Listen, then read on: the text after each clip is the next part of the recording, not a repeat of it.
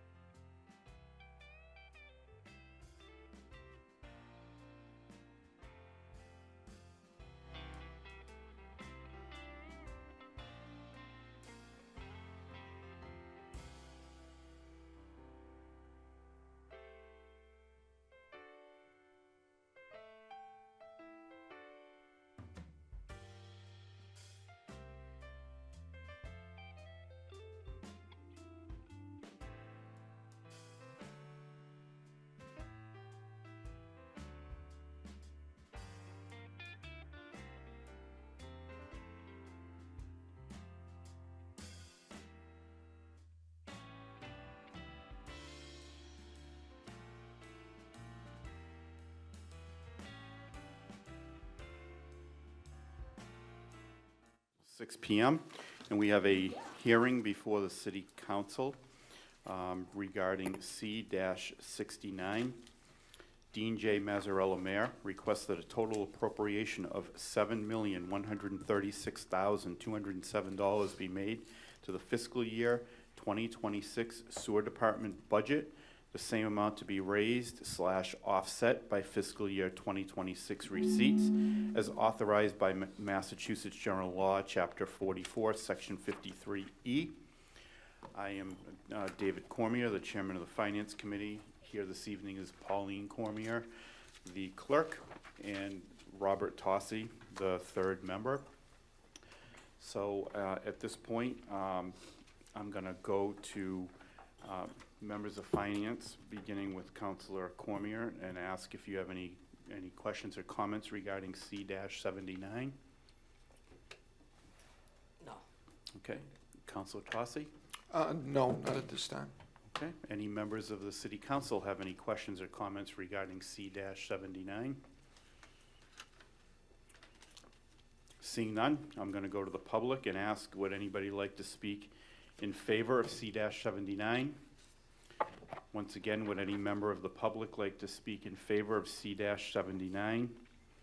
And once again, would any member of the public like to speak in favor of C-79? Would anybody like to speak in opposition of C-79? Once again, would anybody like to speak in opposition of C-79? And for the third and final time, would anybody like to speak in opposition to C-79? Seeing none, I declare the public hearing for C-79 closed. And we will go on to the next one at 6:05.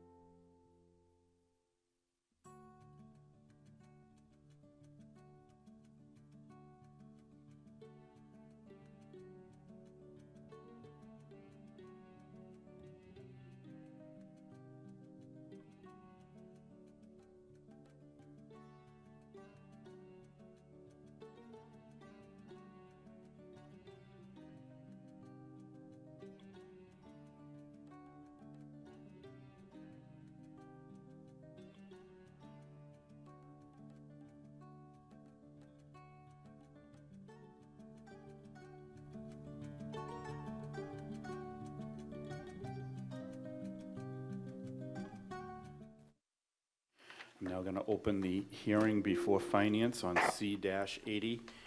Dean J. Mazzarella Mayor requests that a total appropriation of $6,919,906 be made to the fiscal year 2026 Water Department budget. The same amount to be raised / offset by fiscal year 2026 receipts as authorized by Massachusetts General Law, Chapter 44, Section 53E. At this time, will go to members of Finance.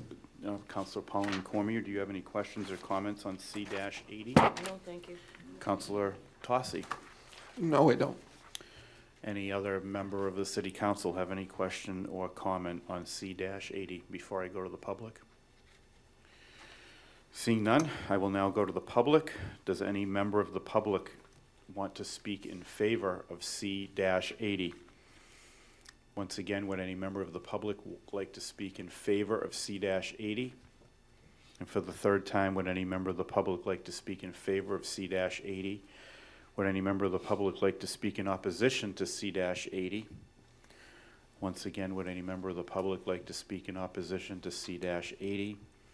And for the third and final time, would any member of the public like to speak in opposition to C-80? Seeing none, I will declare the public hearing for C-80 closed.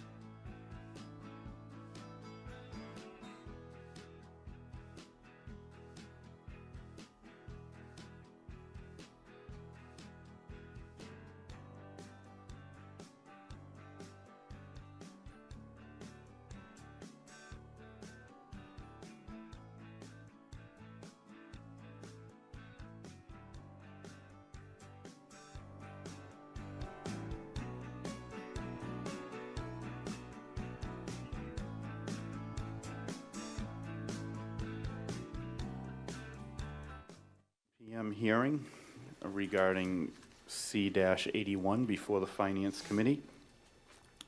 Dean, Dean J. Mazzarella, Mayor, requested the fiscal year 2026 budget, which totals $178,690,102, be adopted. $178,086,489 to be raised by fiscal year 2026 revenues. $276,500 to be transferred from the Gallagher Building Special Revenue Fund. $67,113 to be transferred from the Cemetery Trust Fund, and $10,000 to be transferred from the Recreation Revolving Fund, and $250,000 from Overlay. This is regarding the attached fiscal year 2026 budget document. At this time, I will go to the Clerk of Finance, Councilor Pauline Cormier. Do you have any questions or comments at this juncture? No, sir. No, thank you. And Councilor Tossi? No. Any other member of the City Council have any questions or comments at this time? Seeing none, I will go to the public. Would any member of the public like to speak in favor of C-81? If so, please step to the microphone and state your name and address for the record. Once again, would any member of the public like to speak in favor of C-81? And for the third time, would any member of the public like to speak in favor of C-81? Would any member of the public like to speak in opposition of C-81? Once again, would any member of the public like to speak in opposition of C-81? And for the third and final time, would any member of the public like to speak in opposition to C-81? Seeing none, I will declare the hearing for C-81 closed. And the next hearing is at 6:40 p.m.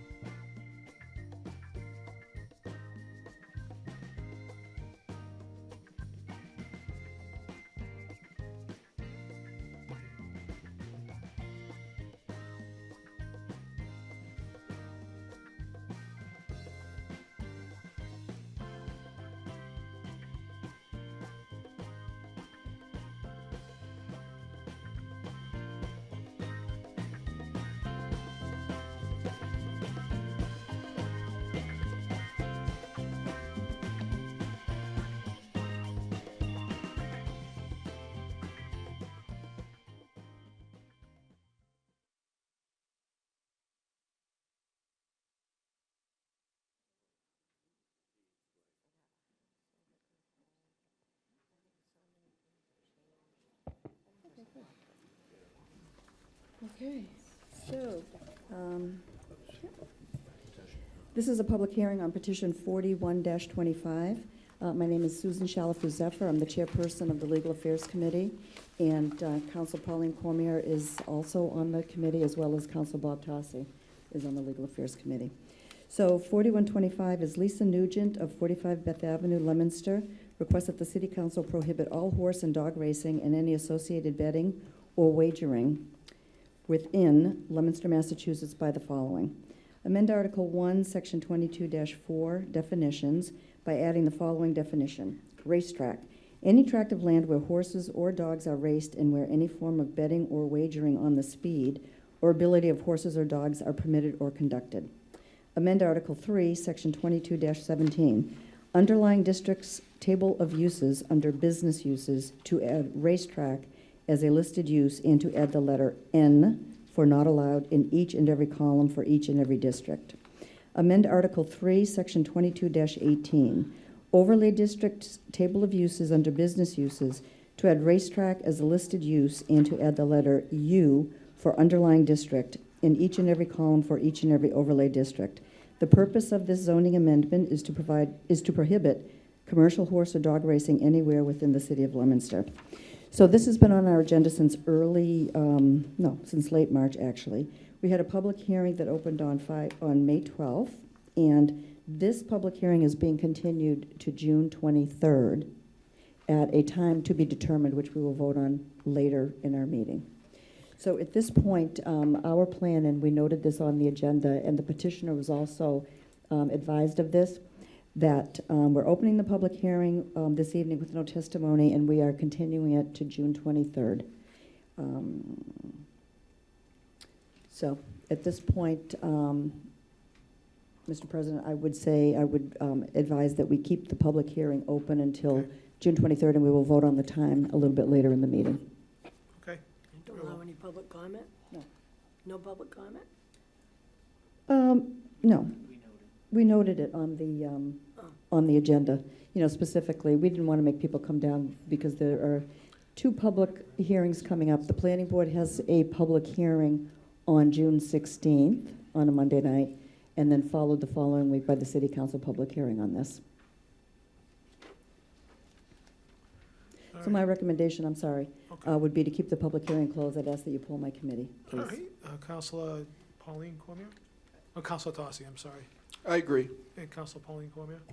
I'm sorry, I think you misspoke. Did You're I? keeping the public Hearing hearing open. open and continue to June 23, yes. Yes, I am keeping it open. Thank Sorry if I misspoke. All right, and members of the committee are okay with that? Yes. So we'll take that up in our regular meeting, and we'll Yep. assign a time Mhm. when we get to it.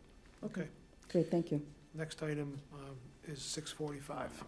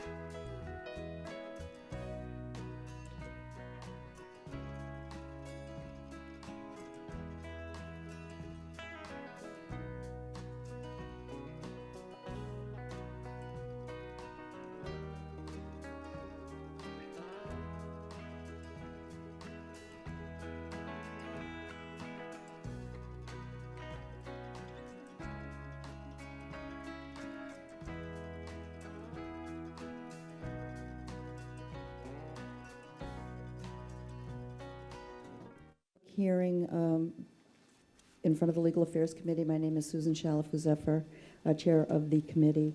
Councilor Robert Tossi is on the committee, as well as Councilor Pauline Cormier. And this hearing is on petition 32-25. Kenneth Delgado, 8 Highland Street, Lancaster, Mass., requests to amend the current lot width under zoning district RB for 2-family dwellings. The amendment would consist of changing the minimum required width from 80 feet to 50 feet for 2-family dwellings.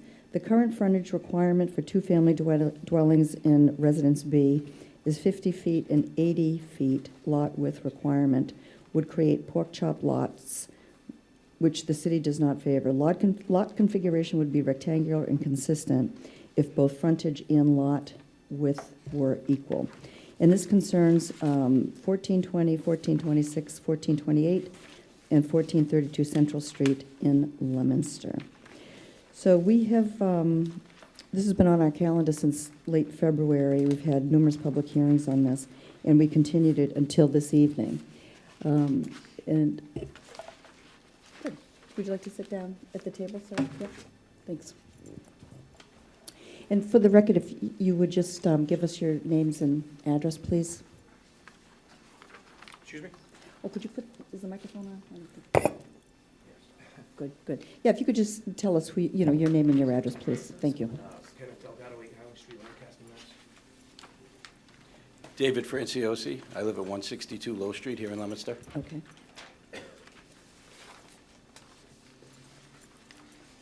Okay. Do you want, so I guess we're getting some material passed around. Would you like to just describe what you're doing? We're trying to eliminate our pork chop lots that we have. Okay. Oh, your mic is not on, I'm sorry. You can tap. Is that better? That much better, thank you. Yep, thank you. Yeah, we're trying to eliminate the pork chop lots that we have here Okay. currently. All right. Oh, okay. There you go, bud. Okay. So you did have a public hearing before the planning board, is that right? That is correct. Okay. And what I was interested in, was waiting for, was we did get a report from the director, and what the director explained, basically, and I'll read his letter into the record, is that there are a lot of RB zones throughout the city. So if we change RB zoning for one particular location, that can have unintended consequences in other places throughout the city. So, Yeah, we understand. Okay, all right. I think I'll read this into the record if that's okay. So this is to the planning board from Mike O'Hara, who's the interim planning and development director. And it was about petition 35-25 to amend the dimensional regulations to reduce the minimum lot width. So Mr. O'Hara says, I have reviewed the petition and the accompanying materials. The petition asks to amend the zoning ordinance's table of dimensional regulations by reducing the lot width requirement for one type of use in the RB district, a 2-family dwelling. The required lot width for all other permitted uses in RB, including single-family dwellings, would remain at 80 feet. The petition states that, quote, the 80-foot lot width requirement would create pork chop lots, which the city does not favor. The 4 vacant lots referred to in the petition were shown on an approval not required plan endorsed by the board in January 2019. See Plan Book 518, Plan 25.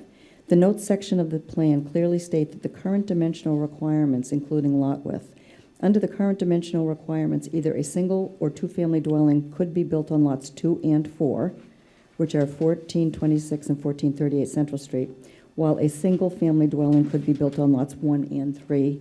That's 1420 and 1432 Central Street, the pork chop lots. In considering the merits of this petition, the board may want to consider the potential effect of such a change. There are considerably more vacant RB-zoned parcels in the city in addition to the 4 mentioned. The board may also want to consider how many vacant RB parcels would be affected by such a change. Also, if the board is of the opinion that so-called pork chop lots are not favored, why have a different width standard for a single-family dwelling than a 2-family? It would be noted that the petitioner has the option of applying for a variance from the lot width requirement from the Zoning Board of Appeals. So what Mr. O'Hara is basically stating is that making a change, wholesale through the city in terms of the width requirements for RB throughout the city could create problems that we don't even know about because we don't know how many lots would be affected. But in your situation, you could get a variance for these particular lots by going to the zoning board of appeals. Does that make sense? Yes. Okay. I'll go to my committee to see if they have any questions for you. Okay? Council Cormier, do you have any questions? Well, yeah, so obviously my next question is, have you tried to get a variance? Have you gone that route as No, of we have yet? not. Okay. And is it your intention to develop these into two-family lots? Yes. Okay, I'll come back. I'm good for right now. Oh, you go for it now? Okay. Yep. Councilor Tossi, do you have any questions? Well, just that we really don't know what the effect, like you said, would be to the city. Other than that, no. Okay. I'll go to the council. Are there any councils that have any questions for Mr. Delgado? President Bedanza. Have you guys studied that? Have you looked at other parcels of land in the city and had made any determination how prevalent this is throughout the city? No, I just wanted 4 rectangular lots in my lots. I wasn't looking for. Okay, so anything else in the you city. don't have any idea what I the do not, impact is no. gonna be. And thank you for bringing the plan that demonstrates know. what the current configuration is, but do you have a plan that shows what you want it to be? No, we do not. No, we haven't gotten that far yet. So what's if you don't have a plan, what is your sort of objective here? I mean, you must have a development objective. How many lots do you want to turn this into? 4 lots, rectangular, straight lines down the middle, even lots. So you'll just re-subdivide this into 4 lots, each of which will have at least 50 foot of frontage and width, and they'll all be two-family construction? That is correct. Okay. That's all I have. Okay. Thank you. Are there any other councils that have any questions about this petition? We do have 2 other recommendations that I can read into the record about this. The first one is from the planning board. And the vote, this is from Stephanie Witten, who is the planning assistant. Says, it was to the mayor. Hi, Dean. The vote was 6-1 as a positive recommendation. The referral, the chair of the planning board voted against it. I think because of the reasons that I talked about, the increased problems that we could create in other parts of the city. Please note that the director's report provided to the planning board for this petition noted to the board to take into consideration the impact of all other RB zones in the city, as well as noted the opinion of applying for a variance from the ZBA just for the properties in question. I've attached the director review for your reference. Please give me a call if you would like to chat further. And then the other referral is from the building inspector, Mr. Nyall, and he said, I'll read his brief note here, I see no reason to allow this change. So that's the feedback that we got. And do you have any questions for us, or?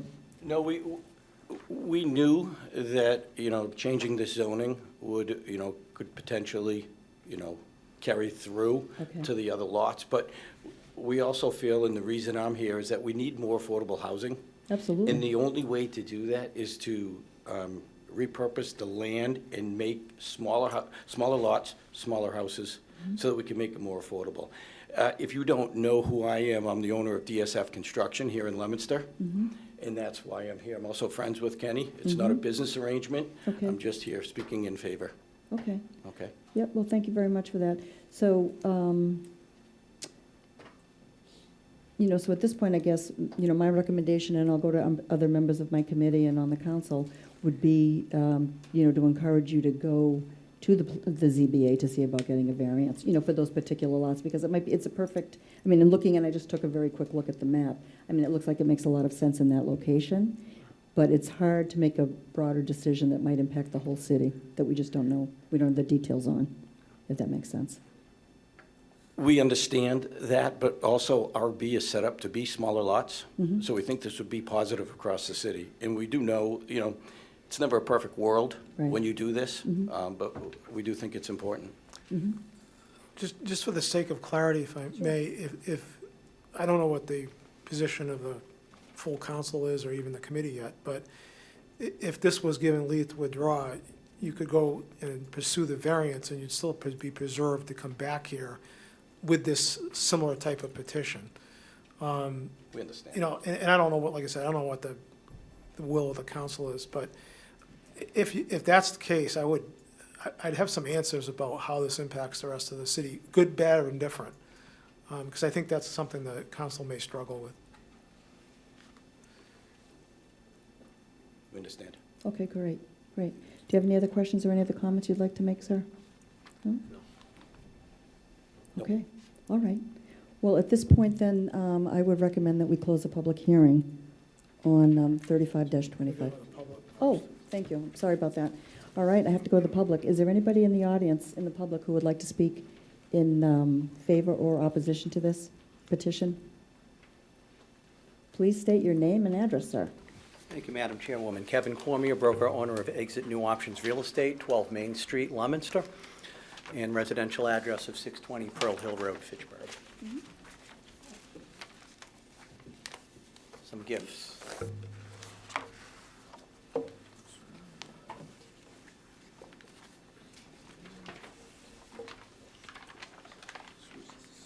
It's two different ones. Two different ones. Thanks.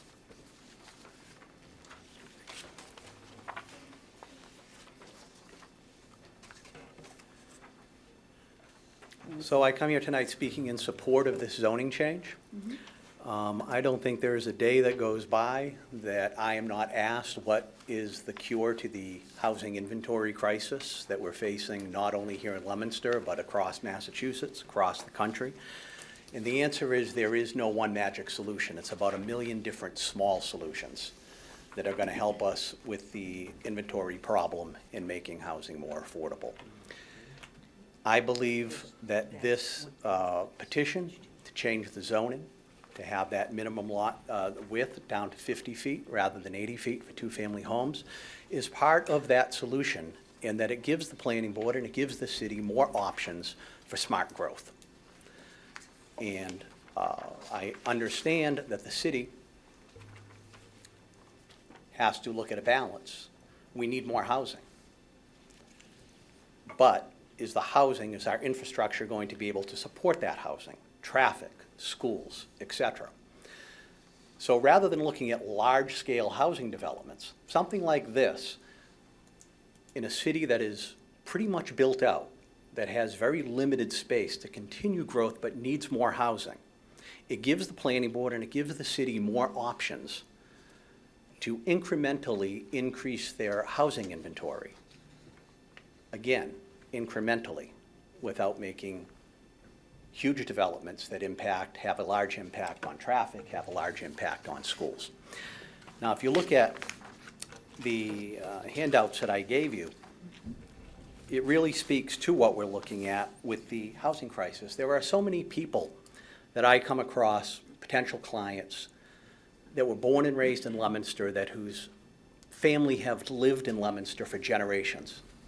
And they're scared, they're frustrated, they're angry, because they love the city and they want to live here and they don't feel that they can afford to live here and buy a home here, those younger people. And it's something that we should consider and take very seriously, because if you look at these numbers that I'm giving to you, their fears are justified.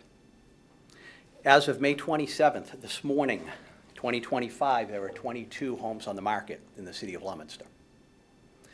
And if you look, that's not a blip, that's a trend. Look at the previous 5 years. 2024, on May 27th, there were 12. On May 27th, 2023, there were 13. 2022, there were 11. In 2021, there were 14. Are we heading in the right direction? We are. Are we anywhere where we need to be to have balanced housing and to stop the prices from increasing? No, we're not. Prices in Leominster are already up 4.45%. Just since last year. Mr. Cormier, Yes. I'm going to let you continue, but it's 7 o'clock, so we're going to open the meeting. Yes. Then we'll recess and we'll give you some additional time. Yes, sir. So join me in the pledge.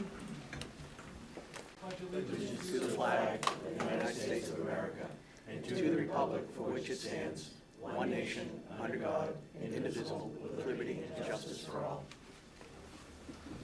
I'll now take a roll call of the councilors in attendance, starting with Councilor David Cormier, Present. Councilor Pauline Cormier, Present. Councilor Arndinger, Present. Councilor Noseworthy, Present. Councilor Tossi, Present. Councilor Shalfo Zephyr, Present. Councilor Robbins, Present. Councilor Frida, Present. I shall be marked present. All 9 councilors are in attendance. Does the chairwoman of records have a report? I do, Mr. President. I have reviewed the records of May 12th, 2025, and I find them to be in good order, and I'd ask that they be placed on file. Unless there's any objection, that may be done. And I'll now entertain a motion for recess. Councilor Shalfo Zephyr, seconded by Councilor Robbins. All in favor? We are in recess. Mr. Cormier, you can continue. Thank you, Mr. President. I So we look almost at called that. you Councilor Cormier. Which would have been accurate There's about enough Councilor 30 years Cormiers in ago. the room. So what I did also is, this was a 5-year look-back period from today and each year going back. What I did is, let's see where we were 10 years ago and do a 5-year look-back period from there to see the difference, right? 10 years ago, on May 27th, there were 100 homes on the market in Leominster. Today, there are 22.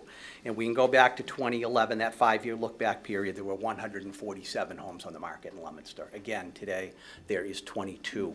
And we have young people that were born and raised here that want to buy homes that can't.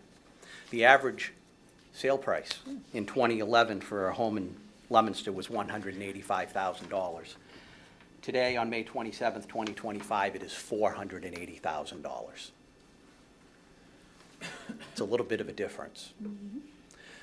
So why is changing the width requirements in RB for 2-family homes a good step for the city? A couple different reasons. Number one, I talked about, in terms that it gives you and it gives the planning board more options to deal with lots and strangely configured lots that we're getting into now, because we're pretty well built out, so we need to be creative. And I think that's why the planning board, of the members who were present, and they're seeing the presentation and looking at the maps, voted unanimously that night, of the ones who were present. I know it was 6-1, but of all the ones who were present and looked at the maps and listened to the presentation, that vote was unanimous to change this zoning law, to give you and them more options. The second reason is that this makes sense for 2-family homes is because another option and one of the other solutions for affordable housing and letting Leominsterites stay in Leominster are 2-family homes. Multi-generational living was something very popular when our ancestors first came here from Western Europe in the late 1800s and early 1900s, and then it kind of waned off. But it is something that is gaining popularity again with a vengeance. Now in this country, we're up to 18% of families live in multi-generational situations. There are financial benefits, there are caregiving needs, and there's family connections, and there's a return of young adults coming back to home in these situations that require multi-generational living. And it makes it more affordable when you have multi-generational living sharing in a mortgage cost when prices are so high. This gives that option to the city. Again, it's not a panacea. It's not the be-all, end-all of the inventory crisis and the housing crisis and allowing for smart growth in Leominster. But this zoning change will give you more opportunity, will give you more control. It doesn't change the density. Changes the configurations, it gives you more options with configurations for 2-family homes in RB districts. And I believe that is why the planning board recommended it. I believe it is why you should seriously consider it. And keep in mind all of those people in Leominster who were born and raised and went to school here that want to remain in the city, that want to buy a home in the city, but are being pushed out to Athol and Orange and other places because they can't afford to live here. Let's try to do something to help them. Thank you, Madam Chairwoman. Thank you, Mr. President. Thank you very much. Is there anybody else, pardon me, in the audience who would like to speak on this petition?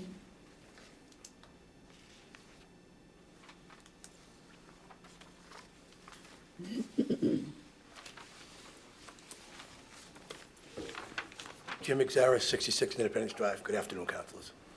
Good afternoon. What Mr. Delgado is proposing, he proposed before the planning board. I attended that meeting. I'm a direct abutter. I also own a large parcel of land that's zoned RB. He is not proposing changing the density. He's not building more units. There is no density change in this requirement.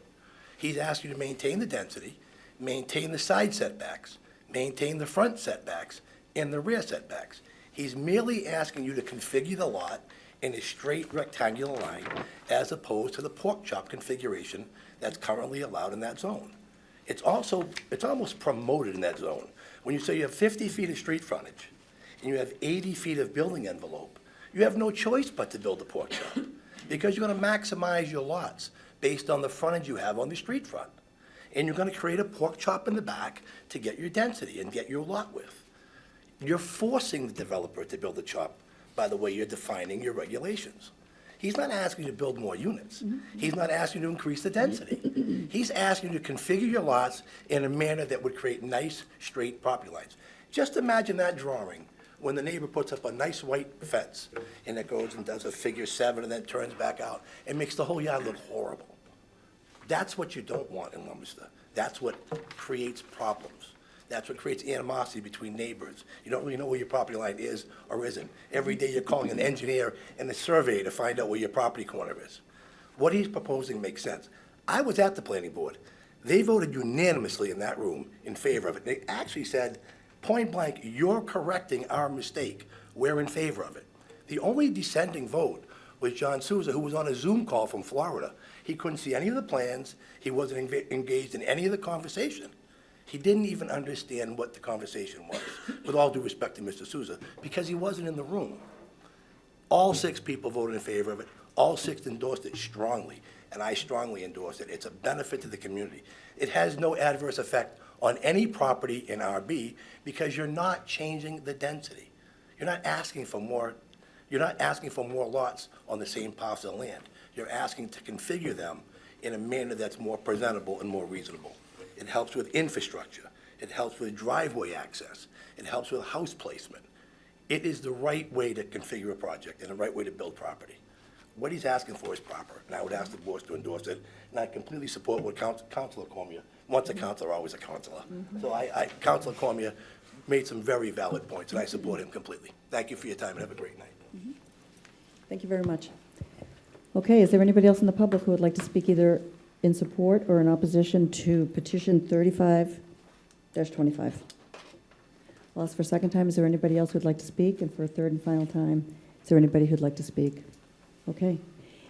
Council Cormier. I just want to, if I may, I just want to, Mr. Delgado, I don't want you to be discouraged. I think, and I'm trying to look at the numbers myself, I do have a question. So at this point, are you able to build on each of these lots or only lot 2 and 4? So you can build on, at this point, you could build on all of these lots. You would have, and this would just, as you say, just straighten out the lot sizes. Yeah, make nice lots. Okay, okay. I think the difference is he can build single family on 2 of them and 2 families on 2. If we gave him the relief that he's looking for, the zoning relief, he gets to build 2 families on all 4. On all That's 4. the difference, Okay. right? And we're not staggering. Right. Okay. So rather than have your 50-foot, 80-foot, 50-foot, so you're basically looking, then they be divided equally as to about 65, 66? Correct. Yeah. Yeah, And that would, okay, correct. okay. No, I think, and I get the point. There's still some questions, some things that we're figuring out ourselves. I think it would be helpful to have a little more information, but I don't want you to be discouraged because I think with more information that I would be more willing to get on board because it does make more sense. And it's not gonna overburden this particular area. But I agree, and if we need more information, we need more information, but thank you. Thank you. Are there any other councils who have any questions? Just by way of clarification, I think to Mr. Xeris's point, this particular piece of land is rather unique because, again, they're not changing the density. It's a pretty deep piece of land.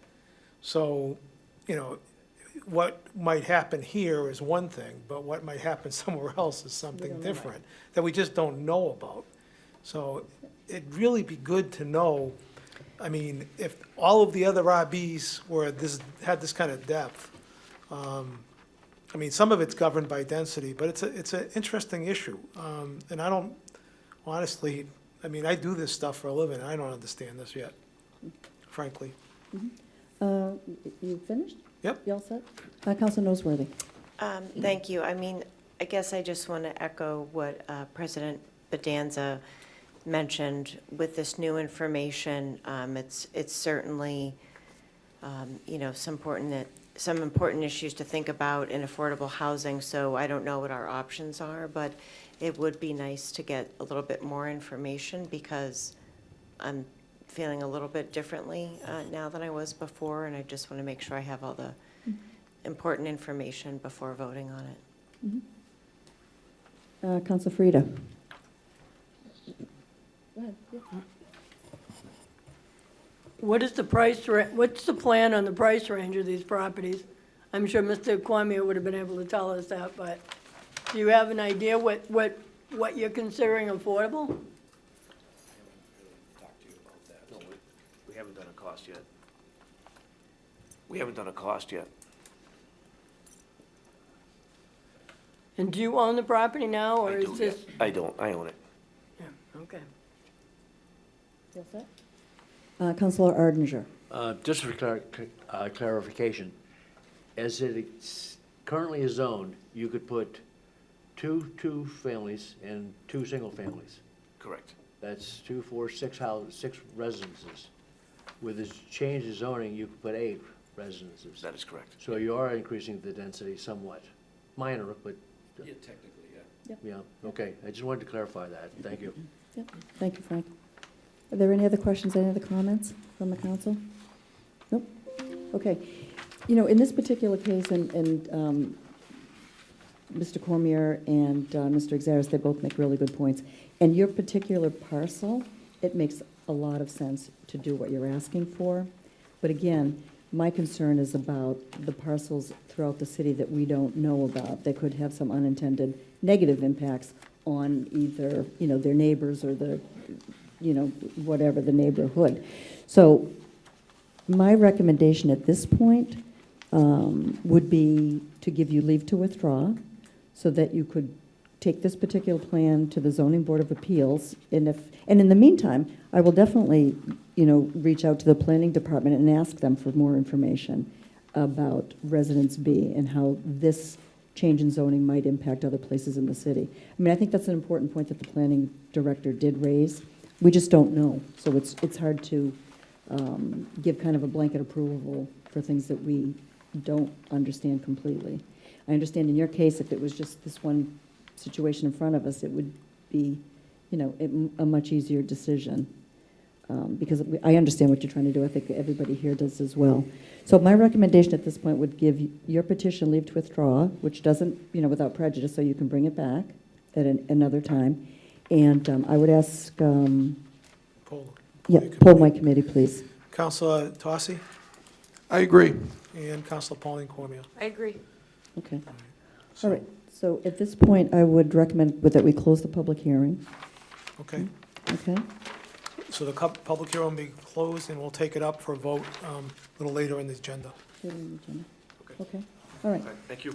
Yeah, thank you very much. We appreciate the information. All right, so now we're going to conduct the public forum. The public forum is an opportunity for any member of the audience to speak on a matter specifically listed on the council agenda. Speakers will be asked to come to the microphone and state their formal name and address, along with identifying the specific item or items they wish to address. Each speaker, thank you, Kevin. Each speaker will be asked to keep their comments within a 2-minute time frame. The council will not be responding or answering any questions. However, at the discretion of the council president, clarification may be given. Is there anybody that wishes to speak in the public forum this evening? And for a second time, is there any member of the public that wishes to speak in the public forum this evening? And for a third and final time, is there any member of the public that wishes to speak in the public forum this evening? Please step to the podium, give us your name and address and the matter of the agenda item you wish to speak on. Jeff LeGros, representing MRPC on behalf of a digital equity plan. Sir, you're not on, that item is not on our agenda tonight, and we're not going to entertain any discussion about it. Okay. You can contact the city clerk's office, and we'll get you on an agenda when we're less busy in relatively near future. We'll have you come in, and you can present it during a informational meeting. Okay? Very good, thank you, All right, sir. You're welcome. Is there any member of the public that wishes to address us on an agenda item for a final time? Seeing none, I'll declare the public forum closed, and we'll go on to communications from the mayor. C-86, D&J Mazzarella Mayor requests that an appropriation of $24,700 be made to the landfill account, the same amount to be transferred from the rubbish account regarding the $375,000 that was voted in C-43 should have been allocated to two other accounts as well. C-86 is referred to the chairman of finance. First time on the calendar, Mr. President, regular course. C-86 has been given regular course. Moving on to C-87. Dean J. Mazzarella, Mayor, requests that an appropriation of $5,000 be made to the dog officer account, the same to be transferred from the rubbish account regarding the $375,000 that was voted in C-43 should have been allocated to two other accounts as well. C-87 is referred to the chairman of finance. C-87 is first time on the calendar, regular course. C-87 has been given regular course. Moving on to C-88. Dean J. Mazzarella, Mayor, requests that an appropriation of $200,000 be made to the school transportation account and the same to be transferred from the excess and deficiency account regarding additional busing services were needed throughout the year to meet state requirements. C-88 is referred to the chairman of finance. Regular course. C-88 is given regular course. Moving on to C-89. Dean J. Mazzarella, Mayor, requests that the city council adopt the attached loan order. Read the whole one. Yep. Attachment A, ordered that the city appropriate the amount of $112,321,932 for the purpose of paying costs of designing, constructing, equipping, and furnishing a two-story Fallbrook Elementary School facility and demolition of the existing Fallbrook Elementary School located at 25 Desico Drive, Leominster, Massachusetts. DeChico, but that's all Sorry, right. That's DeChico okay. Drive, Leominster, Massachusetts, including the payment of all costs incidental or related thereto, the project, which school facilities shall have an anticipated useful life as an educational facility for the instruction of school children for at least 50 years. Building authority, and for the city may be eligible for a grant from the Massachusetts School Building Authority, the MSBA, said amount to be expanded under the direction of the Fallbrook Building Committee. To meet the appropriation, the city treasurer is authorized to borrow said amount under MGL Chapter 44 or pursuant to any other enabling authority. The city acknowledges that the MSBA's grant program is a non-entitlement discretionary program based on need as determined, received from the MSBA shall be the sole responsibility of the city, provided that any grant that the city may receive from the MSBA for the project shall not exceed the lesser of 1, 79.93% of eligible approved project cost as determined by the MSBA, or 2, the total maximum grant amount determined by the MSBA, and that the amount of borrowing authorized pursuant to this vote shall be reduced by any grant amount set forth in the project funding agreement that may be executed between the city and the MSBA. C-89 is referred to the chairman of finance. C-89, Mr. President, is given regular course, and we do need to set up a public hearing on this. And also, I know the comptroller wanted to discuss some options or, tell us how we would, what our options would be to pay for this. So I don't know if we want to recess and have their presentation, or if I can if you'd rather me set up a subcommittee meeting on an off night. That's, I make a motion, we go into recess to allow them to do a presentation. Sure. We have a Okay. second? That's important. okay, We sure. have a second. Council Arndinger, all in favor of recess, please indicate usual manner. We are in recess, and the floor is yours, Jen.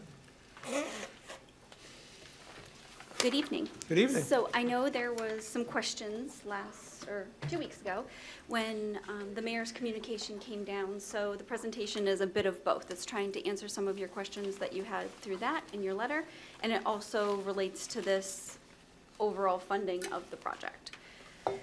So we can just, oops.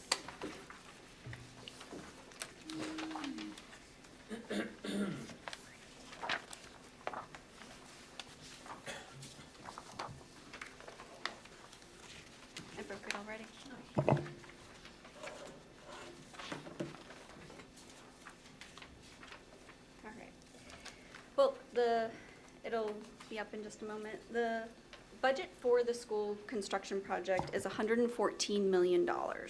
MSBA will reimburse up to 79.93% of eligible items. The actual reimbursement rate is more around 56.06%.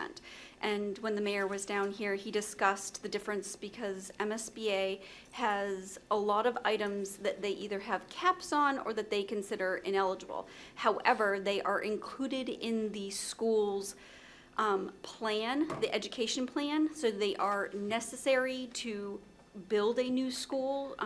Some of them are space requirements, others are areas in the school that need to be there depending on the per pupil rate and just the services that we offer in the city. Next. This is a large-scale project expected to span several years. Due to the complexity and the numerous variables involved, it's not possible to accurately determine the total cost of the project at this stage.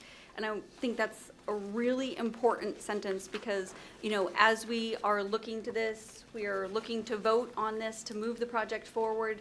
The next time it comes up, everything that we are working with now are estimates. The project, I think you can go to the next slide, you know, hasn't gone out to bid yet. There are still a lot of variables that are going to happen throughout this project that we just don't know. What we do know for debt service right now, we have $2.4 million that is currently in our budget. That is what we, you know, have to put towards the project. We also have a local meals tax that you guys passed, and you know, we're hoping that that will bring in between an estimated of $500 and $1 million. But we don't know for sure.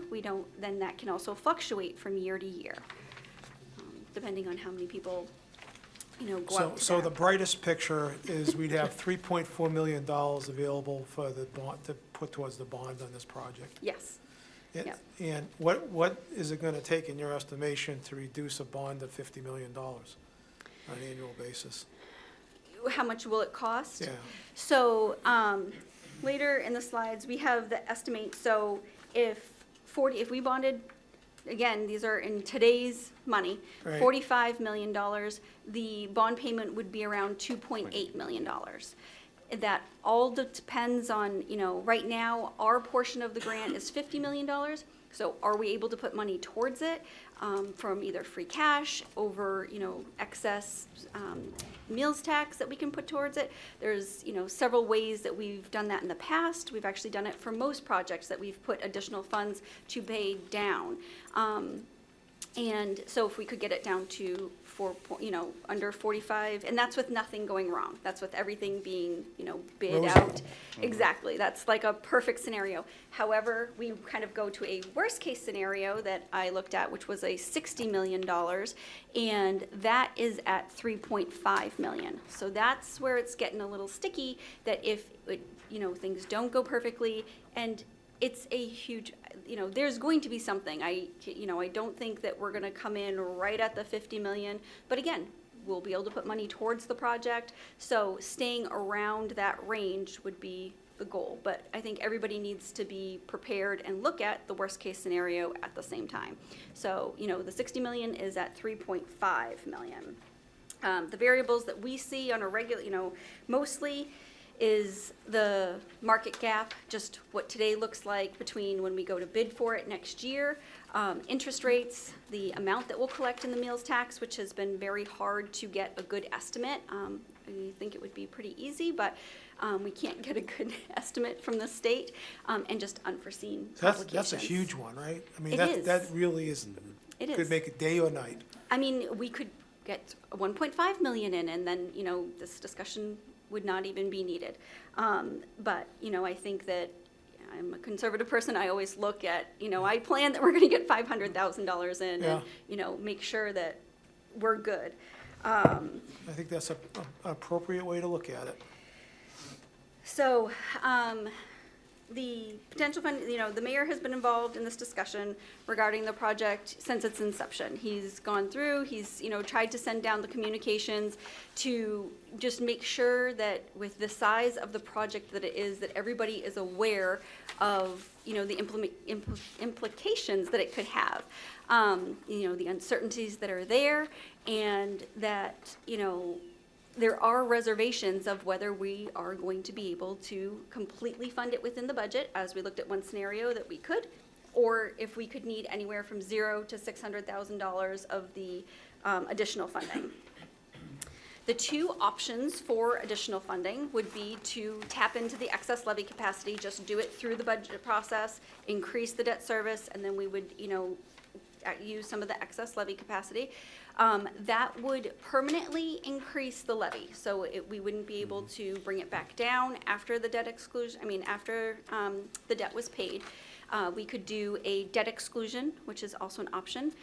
That would only increase the levy for the period that covers the debt service. So it would most likely be the last bond that we do to cap off the project. That's what you would base the debt exclusion on. That would also need a special election. So if that was the route that, you felt was best, then that would be a little bit more complicated. So Jen, the point of no return, right, is when this thing goes out to bid? We can reject the bids, right? But Yes. sign a contract to construct and notice to proceed. It's like the point of no return, right?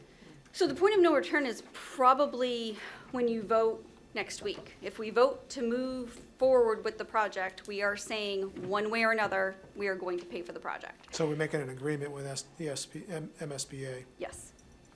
So, And we don't know. we don't? We don't know what these contingencies are how they're gonna develop. Yeah, and there are contingencies within the 114 million budget, so, hopefully we don't even exceed those, and it does come very close to what they're estimating.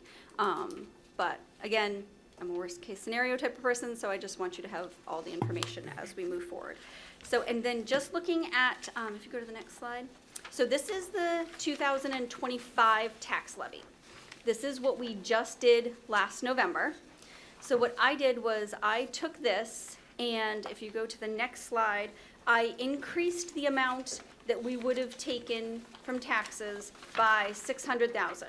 So, that's the max that we would need, and adjusted the numbers accordingly. And if you go, and that change, you can see this also kept the valuation the same, which is important because it usually does not stay the same from year to year. So, this is just a model using it as an example. The valuation will change. But you can notice that the tax rate went from 14.03 to 14.12. And if we go to the next slide, this is what we usually show during the tax rate hearing to, show the difference. And last year during the tax rate hearing, the average household was $6,205. And if we had increased it 600,000, it would go to $6,245. So it's a $45 increase on average per household per year. Would be the adjustment for the $600,000. And, go ahead. So Jen, just, trying to understand what our role is, right, as a city council. The communication, and not that I want to talk about it in depth, it's on here for the first time, but the communication is yay or nay to this loan order, Yes. right? So if things aren't as rosy or as picture perfect as we'd like them to be, this decision as far as which route we're going next, that comes down the road if I'm not mistaken. It will. Correct? Yes. Yep. So, I think the mayor is looking to get the sense from you early on to know if this does happen, what would the council's opinion and suggestion, like which way would you like to go if something does happen in the future, but it would be a vote that would be taken down the road. right, So- because, that could be, 2 years from now, 3 years from now? Could be or a whole 4. nother council here by then. I Yes. mean, you know what I mean? Like, Yeah. our role is yay or nay to this order. Mhm. And I understand where the mayor's coming from. He's trying to be, responsible with Yep. how we move forward, should things not be picture perfect. But I'm just not sure how we're gonna give him that answer right now. And it's because there's too many unknowns, and that's not a decision for now. This is the decision that's before us. Are we moving forward with this project and giving authorization up to this amount, Yep, or aren't we?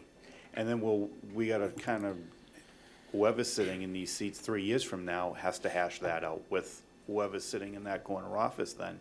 Am I correct? yes, I mean, yes, I think he was just looking to make sure that everybody was on the same page from the beginning, was, I think, the goal. Okay, To agree?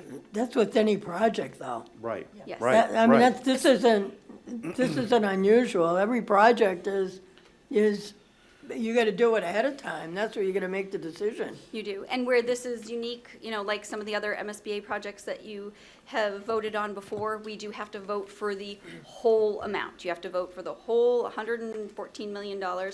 I did ask MSBA several times if they have our money sitting aside, but they did assure me that they have a steady stream, and our money is earmarked. So our stream is legally voted, and it should not be moved, somewhere else. So our portion should be secure.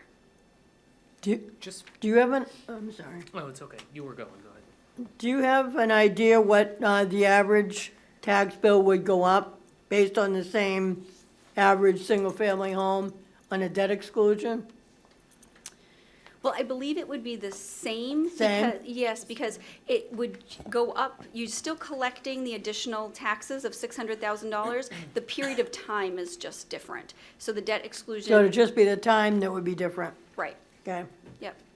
Just for clarity on process, kind of expanding on the Ward 3 councilor's points, if the council's will was to go with the debt exclusion route and put it out to a vote to the city, we wouldn't take that vote until the money is needed, correct? Correct, yes.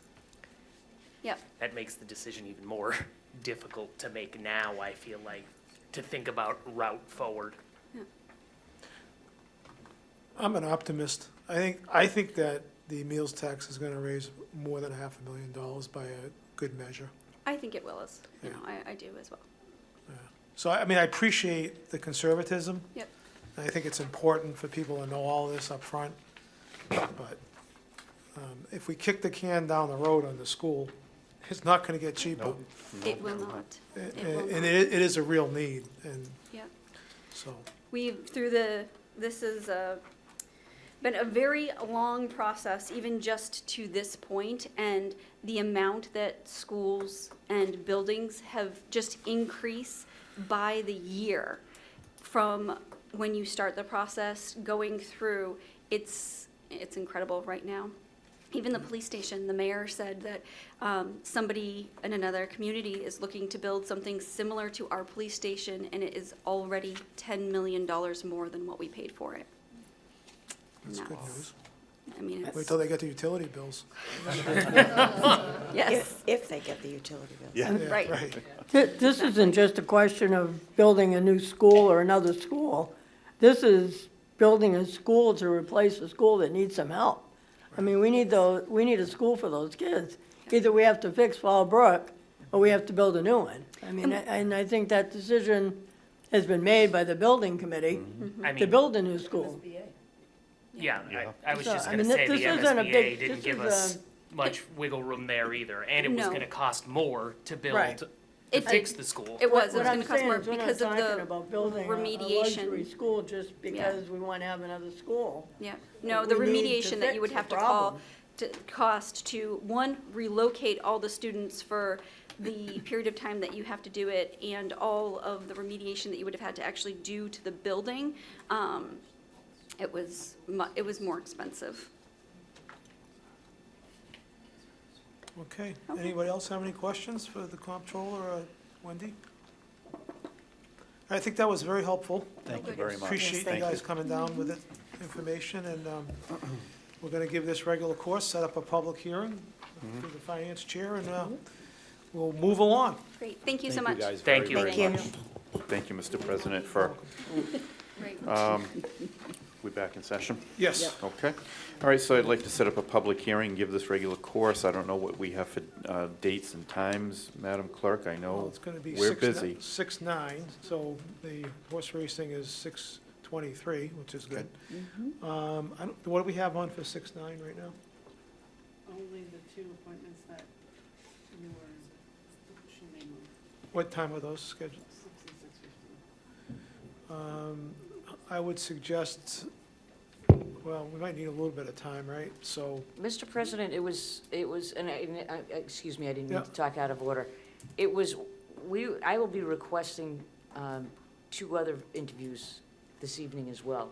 It was my thought, with so much going on the 6/9 meeting, the 6/23 meeting, perhaps we could move all these interviews over to the first meeting in July. I don't know what these positions are wanting in the city, or whether that's, I mean, so we'll have 4 interviews, right? On 6/9, is that what you? We have 2 as of now. As of now. My suggestion was going to be is to bump those 2, to put those to the first week of July. I think we can, if all we have is 2 interviews, I think we can do this public hearing and the 2 interviews. I don't see a problem with that. That's fine, Mr. President, just a suggestion. I would suggest 6:30 for C-89, if that's okay with the Work. Finance Committee. Works for me. Counselor Tossi, you okay with that? I agree. All right. So all those in favor of establishing a public hearing on C-89 on June 9th at 6:30, please recognize the usual manner. All right, so that may be done. All right, moving on to C-90. Dean J. Mazzarella, Mayor, requested an appropriation of $73,000 be made to the police capital expense account, the same to be transferred from the excess and deficiency regarding to purchase the police motorcycles at the end of their lease term. C-90 is referred to the Chairman of Finance. First time on the calendar, regular course. Very well, C-90's been given regular course. Moving on to C-93. Dean J. Mazzarella, Mayor, requests to fund the proposed CDBG Budget Action Plan for the City of Leominster, year 51. C-93 is referred to the Chairwoman of Ways and Means. Thank you, Mr. President. First time on the agenda, regular course, please. Very well, C-93 has been given regular course. Does that require a public hearing? Yes. I think it does, too. Does it? Yeah, I'm pretty sure, I'm pretty, think we ever I don't think we No? ever did. No. all right. I think maybe we just recessed and allowed Ellen Ellen to Racine come to in come down and and explain explain. it. Yeah. All right, so regular course. C-94? Dean J. Mazzarella, Mayor, requests an increase of $1,000 for Leominster School Committee members, along with an annual cost of living increase. Based on the Consumer Price Index, this increase would begin at the start of term year.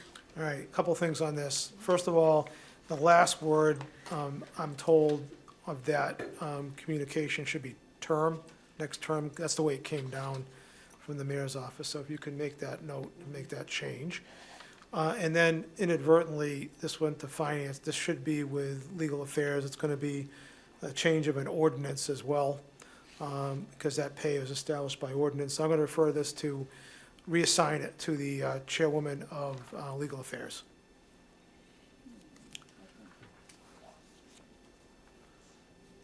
Thank you, Mr. President. So I would give this a regular course, I guess, with referral to, this came from the mayor? It didn't did. come from the school It committee? came from the mayor, It came from the mayor. yes. Yeah, this came from the mayor. Comptroller? Yeah, definitely the comptroller. I would say Okay. the superintendent. It has to come out of her budget, I'm imagining, right, the Okay. increase. Makes sense. And I would also ask KP Law about the ordinance, because we'll need the ordinance changed. Yeah, Councilor Robbins? Can I just make a suggestion that we change the superintendent to the business manager? Yeah. I just think it's gonna be I agree. an awkward situation once again for the superintendent to be asking for a raise Okay. for her bosses. Chair's okay with that? I am. Okay. Yeah, they're gonna have to do an ordinance KP law at some point, so we might as well get them going on it. All right, and we'll need a public hearing for this, I think, right? So maybe, we got plenty of time. Maybe the first meeting in July? Yep. Anything scheduled for the first meeting in July yet, for public hearing? All right, so why don't we do 6:50 for the public hearing, what's the first meeting in July's date? Does somebody know that off the top of their head? July 14th? Okay. Okay. Counselor Tossi, you okay with that? Yes, agree. Counselor Pauline Cormier? Yes. All those in favor of giving C-94 regular course, establishing a public hearing on July 14th at 6:50 with those referrals, please recognize your usual manner. All right, that may be done.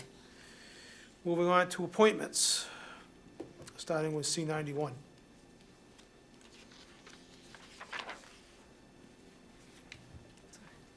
That's okay. Dean J. Mazzarella, Mayor, requests the appointment of the following individuals to the Leominster Housing Authority, term to expire 4/15/2030. Mary Ellen Hurley of 140 Smith Street, Leominster. Tamara Castro Camacho of 82 Heron Way in Leominster. C-91 is referred to the Chairwoman of Ways and Means. Mr. President, I'd ask for regular course, and I would like to extend an invitation to each of these individuals to come down for an interview, and perhaps we can use that first meeting in July as well. Sure, July 14th, we'll ask the clerk to try to set that up so it doesn't conflict with the hearing on C-94. Moving on to C-92. Dean J. Mazzarella, Mayor, requests the appointment of the following individual to the Conservation Commission, term to expire 4/15/2028. Jordan Vashon, 773 West Street, Leominster. Very well, C-92 is referred to the Chairwoman of Ways and Means. Thank you, Mr. President. Regular course, and could we please invite Mr. Vashon to come down on the 7/14 date? Very well. I'll have the clerk coordinate an interview for Mr. Vashon as well. C-92 has been given regular course. Moving on to petitions, first Ms. time on the agenda. She's a girl, yeah. Woman, sorry. Sorry? Ms. Ms. Vashon. Ms. Yeah. Vashon. Moving on to petitions, first time on the agenda. GameStop Incorporated requests to renew a license to deal secondhand dealer articles at 26 Orchard Hill Drive, Leominster, Mass. 50-25 is referred to the Chairwoman of Ways and Means. Thank you, Mr. President. Regular course. Very well, 50-25 has been given regular course. Moving on to matters before the City Council, starting with the financial report. Is the chairman ready to Yes, report? Yes, Mr. President, we began the fiscal year with $15,008,891 once free cash was certified. We have currently spent $9,151,336.84. That does include some items that are on the agenda here tonight and for the first time. And if all approved, we will have a balance of $5,857,529.16. The City of Leominster Stabilization Fund, we began the fiscal year on July 1st, 2024 with $22,927,553.81. We've earned interest in the amount of $472,023.71. We've replenished the account with what we borrowed, plus a little extra with $1,250,000. And that leaves us with a balance of $23,515,227.07. The opioid stabilization has started with $518,703.20. We've gotten proceeds from the state in the amount of $126,842.67. We've spent $133,000 so far, and leaving us with a balance of $512,545.87, and that is the financial report. Any questions? Councilor Shalfo Zephyr? I do, through the chair to the finance chair. We're missing the capital account. Yep, I'm noticing that now. I will have the comptroller send that to us electronically. Great, and then maybe the clerk can just email that to us. Yeah, Thank you. Absolutely. Okay, I do anybody else? apologize, it's not attached, so. All right, moving on to C75, is the chairman ready to report? C-75, Dean J. Mazzarella, Mayor, requests that the amount of $7,500 be made to the Department of Public Works capital account, same amount to be transferred from the excess and deficiency. This is regarding road safety analysis. I'm just going to read a letter very quickly.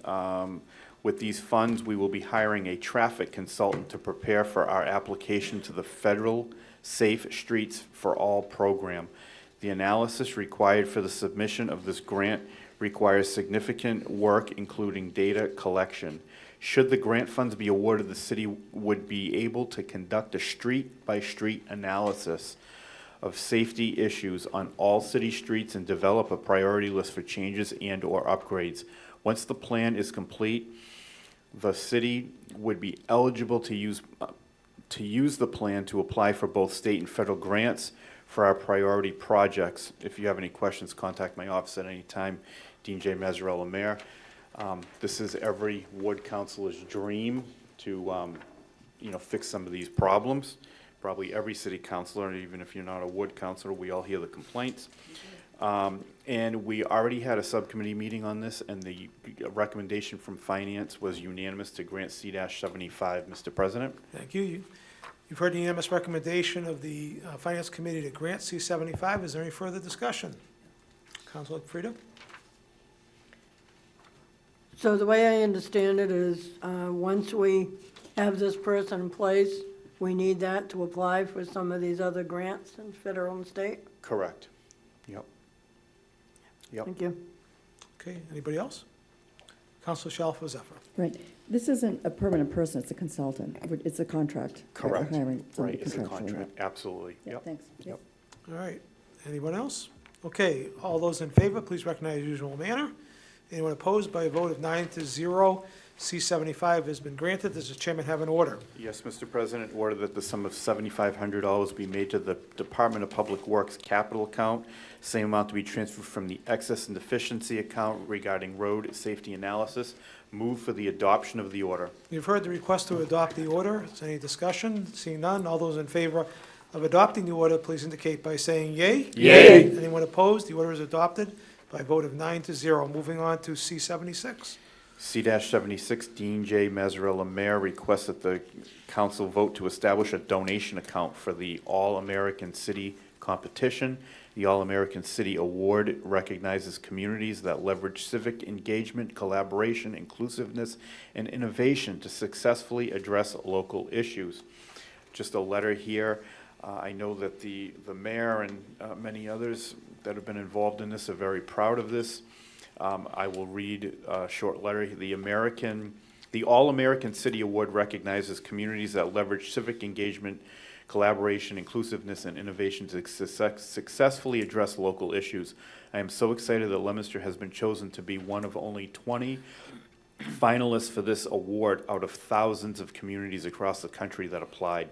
At the end of June, a delegation from Leominster will be traveling to Colorado to compete to be named one of the 10 All-American Cities for 2025. We'll be raising funds privately to pay the expenses of this process, which includes travel and accommodations for the Leominster delegation, production of a video for the opening ceremony, production of materials for the exhibit part of the event, and other promotional items. The delegation will also be attending sessions with other communities to learn about national initiatives and innovative best practices. So that is what this is all about. We are very proud of this. Hopefully we can put our community on the map in a good way and be chosen. And the unanimous recommendation from Finance was to grant C-76. You've heard the unanimous recommendation of the Finance Committee to grant C-76. Any discussion? Councilor Shalfo Zephyr? Yeah, sorry. I would love to know, through the chair to the finance chair, who is part of this delegation and what the plan is. I mean, they must be in the process now of developing all those materials if they're traveling at the end of June. So it would be really nice to see what the city is putting together and who are the people that are going to represent the city at this June meeting. Okay. I will get a list of that. I was thinking the same thing as well, and I will ask for further information. I would have to think that that's Yeah, thank you. And the works are very close to being done, if not done. You're welcome. Council Frida? Yeah, through the chair, how much money we anticipating they need to raise? That has not been discussed. I don't know, I can find out. Not for anything, but why, wouldn't you think of those when you read that letter, that these are gonna be Well, questions from us? I had a subcommittee. And I know the vice chair is shaking her head over there, I but have- these are questions that I think we should have answers to. I had a subcommittee meeting at your request, and everybody was invited, and those questions could have been asked then. These are all private donations. I'm that are not the coming in. finance chair. Okay. Can I just say? You could have been here Can I- to can ask I- these questions, that you've asked me to have a subcommittee meeting so we could hash all this out, and you weren't here to ask these questions, so I could get the answers for them. Just, I think, they're good questions, okay, but I Thank think, you. I I think, thought they were. I think the situation, from what I understand, is a little fluid. Question is, I think they're planning the delegation, they're planning what they want to present. They got to go out and raise money. It's going to be budget-driven to a certain extent, but I think we could get an interim presentation or some kind of a conceptual plan to come back to us would be fair.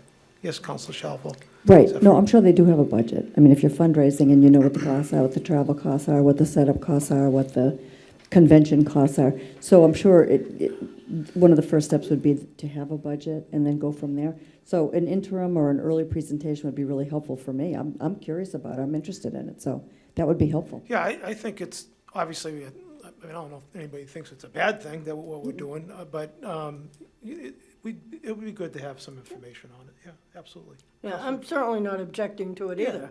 But I think, when you're talking delegation, that can be 2 people, it can be 40 people. I mean, I think it's a legitimate question. It can be $10,000, it can be $50,000. Yeah. I think there's, It's heartening to know that it's privately funded, Right. not city-funded, Yeah. but still, I'm sure that we can get some kind of an idea, that, I'm sure that, I think Wendy's been working on it hard, that she can communicate with Councilor Cormier and get us some information the next time around. Councilor Pauline Cormier? Yeah, I just wanted to say, and I understand everybody's questions, and out of curiosity, yeah, I have that too. I would love to know who's on the delegation. I would love to know how much money. But what we're being asked to do, and what we discussed at the subcommittee meeting, is just to allow them to establish an account. Right. We're not asking for any guidelines and only saying, well, you can only raise this amount. They're just saying, hey, we need to establish an account. We're doing this privately. We're going to get a delegation. So it's not that out of curiosity, it's not that, I don't need that information to vote to let them open an account. Out of personal curiosity, yeah, I would love to know who's going. I would love to know, how much they're going to raise. But we're only being asked to allow them to open an account. through the chair to the vice chair. I understand what you're saying, but don't you think that's a little important to ask that question? No. You don't think it's, I you don't do- think, I if, for do not, example, no. they. I think that they are asking us Yeah. for permission to open an account. Right. So that Yep. they can do it. They gave us the specific purpose of it, that it's going to be privately funded and it's going to be a delegation. Now, out of curiosity, would I like to know for myself? Certainly. But is that going to stop me from voting on allowing them, they're going in June, to open an account so that they can do this and get it done, so they can go to this in June? All right, well, I think there's a happy medium, but Council Shalfo Zephyr, go ahead. Thank you. Your question. Through the chair to the Ward 2 councilor, for me, it's more than a curiosity, and I understand your point about they're only asking us to open the account. But I get questions from constituents about things that we vote on. So if I can't say to somebody, oh, the account was for this, this, or that, it's going to be 5 people, it's going to be 10 people, it's going to be whatever, I need the context for any vote that I take, because I want to be able to answer questions. So some of it's my own curiosity, some of it is I want to be prepared for the people that I know will ask questions. And I think sometimes people in City Hall forget that the City Council, we're part of city government too. I think we're the last people to hear about a lot of things, often the last group of people to hear about certain details on certain things that have been planning. And as an example, and I'll make this very quick, the email that we got today about going down to see Mr. Mulheron at the mall to talk about the new life for the mall. It's like, I'm not going to go down and talk to a guy that I know nothing about. Does the city have a plan?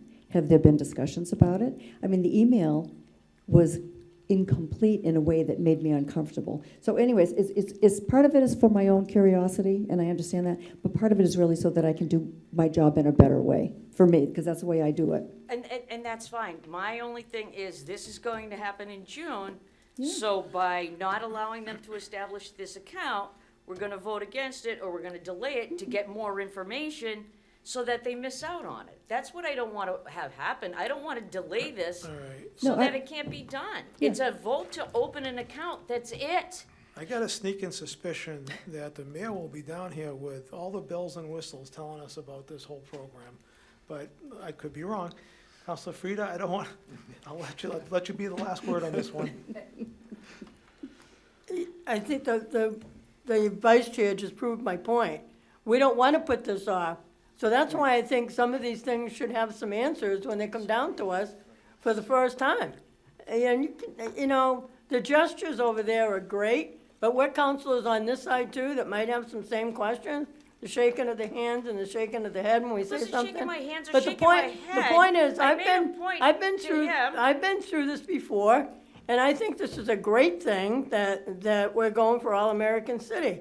But let's just assume that we don't get all the money that we need, and we're asked to budget some, which I think most of us would be happy to do, depending on how much.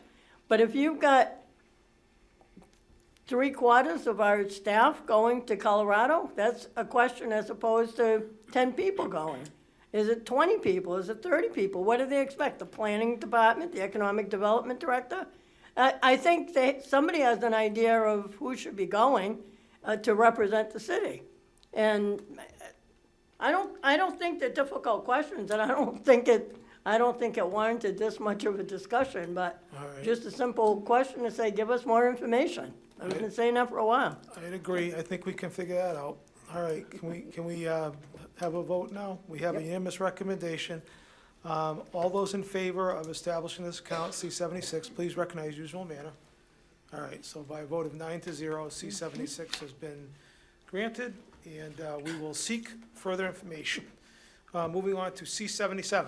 C-77, Dean J. Mazzarella, Mayor, requests an appropriation of $50,000 be made to the Police Department overtime account, the same amount to be transferred from the excess and deficiency account.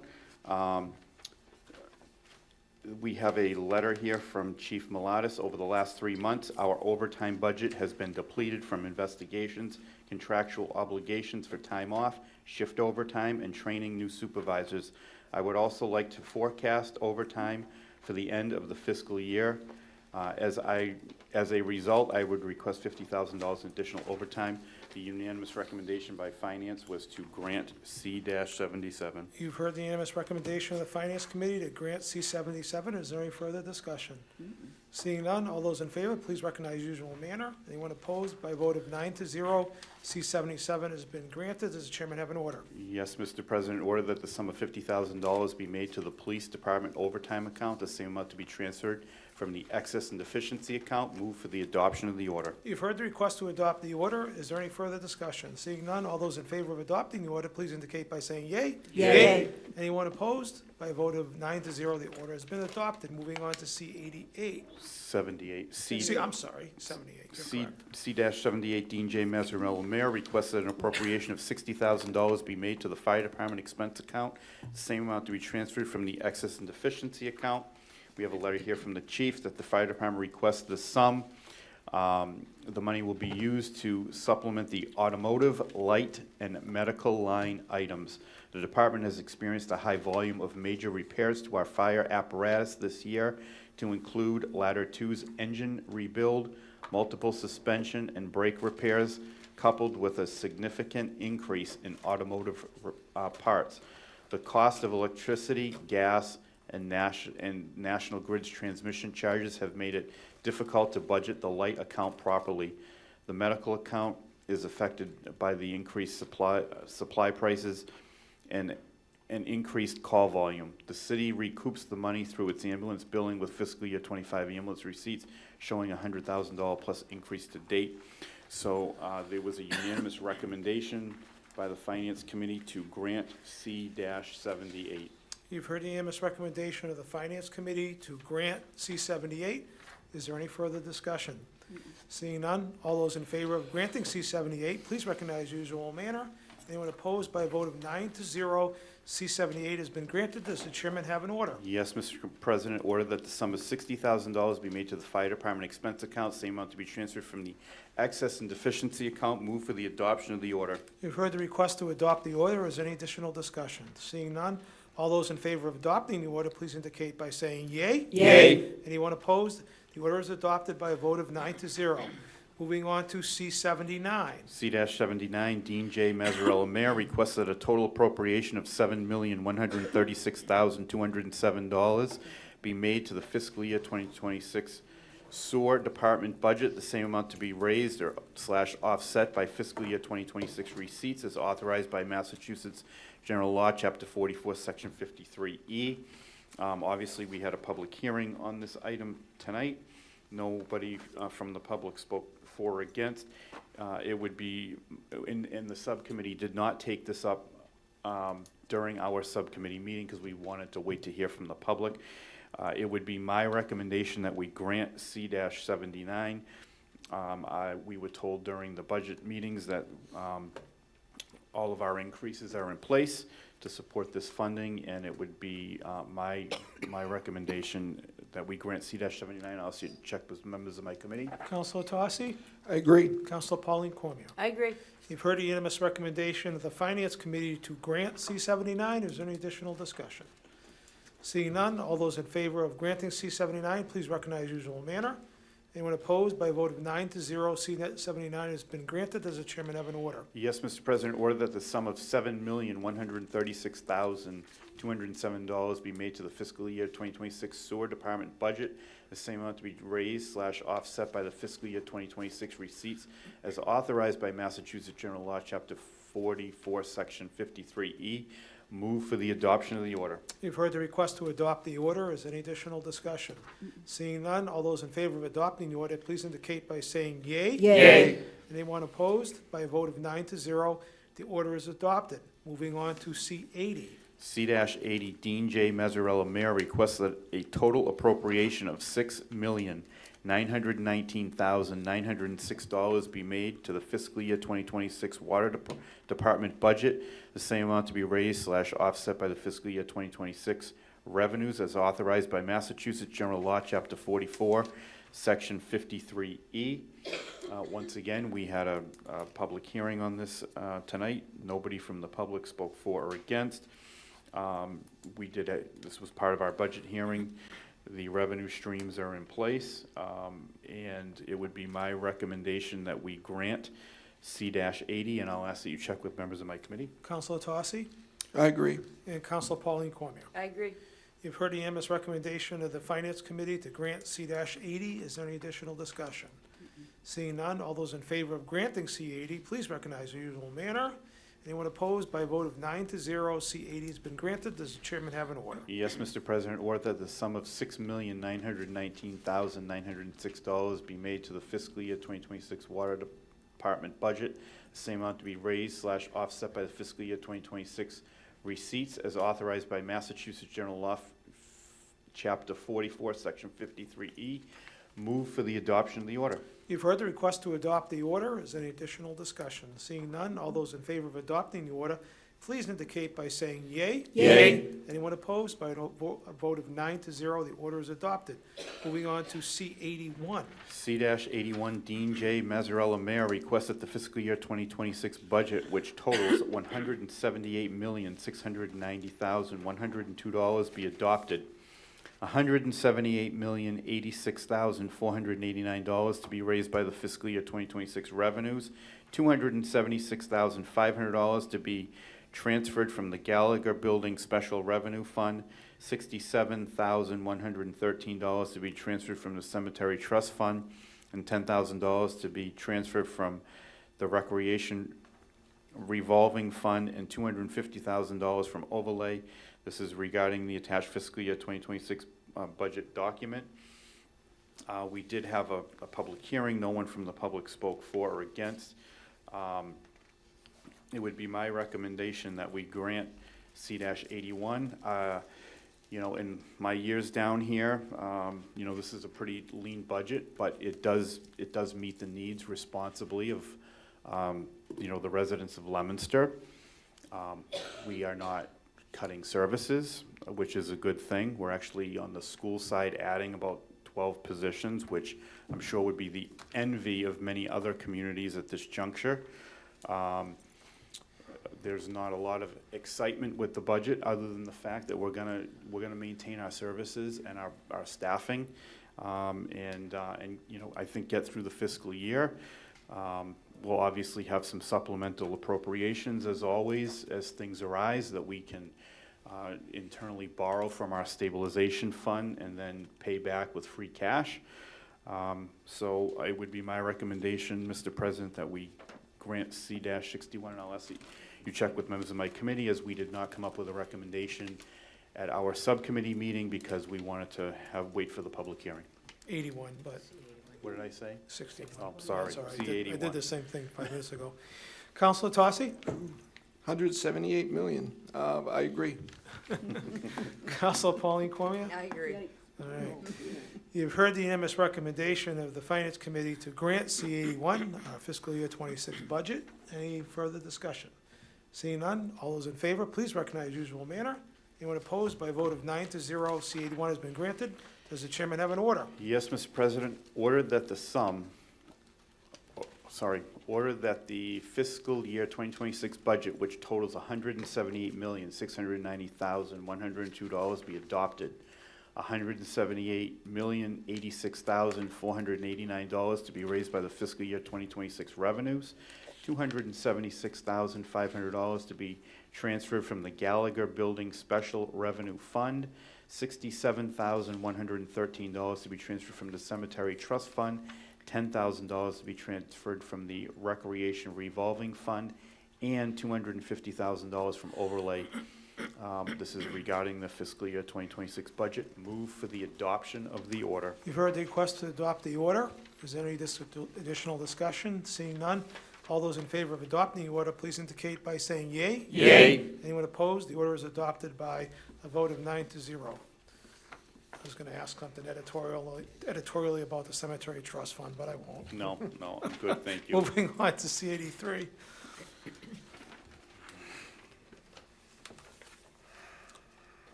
You know what, though, Mr. President? What's You that? just reminded me of something. I did. Can the record reflect in the budget that I am abstaining Abstaining from from- fire department wages and salaries, as I am required to by law, because I have an immediate family member that serves in the fire department? Okay, that'll be You noted. did kind of remind me of something, though, thank you. My pleasure. Anytime. C-83, Dean J. Mazzarella, Mayor, requested an appropriation of $25,000 be made to the library's operating account, the same amount to be transferred from the library's personnel budget. This is regarding to help the library meet the materials expenditure requirements set by the Massachusetts Board of Library Commissioners. So basically, what we need to do is we need to appropriate a total of $40,000 to meet this requirement. The reason why this is piecemealed is because the money is coming from a couple of different places, which I will explain. So on C-83, the money is coming from the library's personnel budget. The reason being, there was a vacancy for a short time. There was a savings in that item in the budget. That position has since been filled, but the savings with the gap, they're going to put toward this requirement with that extra money that they've saved. So that's this $25,000 piece of it, and the subcommittee had a unanimous recommendation to grant C-83. All right, you've heard the unanimous recommendation of the Finance Committee to grant C-83. Is there any further discussion? All those in favor of granting C-83, please recognize usual manner. No, anybody opposed? By a vote of 9-0, C-83 has been granted. Does the chairman have an order? Yes, Mr. President, Dean J. Mazzarella, Mayor, requested an appropriation of $25,000 be made to the library's operating account, the same amount to be transferred from the library's personnel budget. This is regarding, once again, to help the library meet the materials expenditure requirements set by the Massachusetts Board of Library Commissioners. Move for the adoption of the order. You've heard the request to adopt the order. Is any additional discussion? Seeing none, all those in favor of adopting the order, please indicate by saying yea. Yay. Anyone opposed? By a vote of 9-0, the order is adopted. Moving on to C-84. C-84, Dean J. Mazzarella, Mayor, requests an appropriation of $5,000 be made to the library's operating account, the same amount to be transferred from the library's state aid to public library account. This is something completely separate. It is not part of a requirement. It is the luxury of the council to do this. Well, I guess everything is. We just wouldn't get our money on the other ones as well. But what they're looking to do with this money this year is this planned transfer will allow the library to continue to provide a wide array of events and programs for Leominster residents.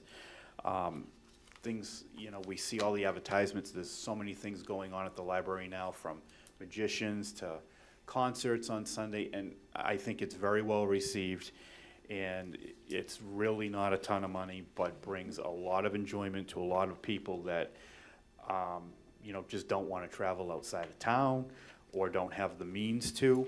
A lot of these things are great programs, and it would be my recommendation. Actually, the committee's recommendation was unanimous to grant C-84. You've heard the unanimous recommendation of the Finance Committee to grant C-84. Is there any additional discussion? Seeing none, all those in favor, please indicate in the usual manner. Anyone opposed? By a vote of 9-0, C-84 has been granted. Does the chairman have an order? Yes, Mr. President. Order that the sum of $5,000 be made to the library's operating account, the same amount to be transferred from the library's state aid to public library account.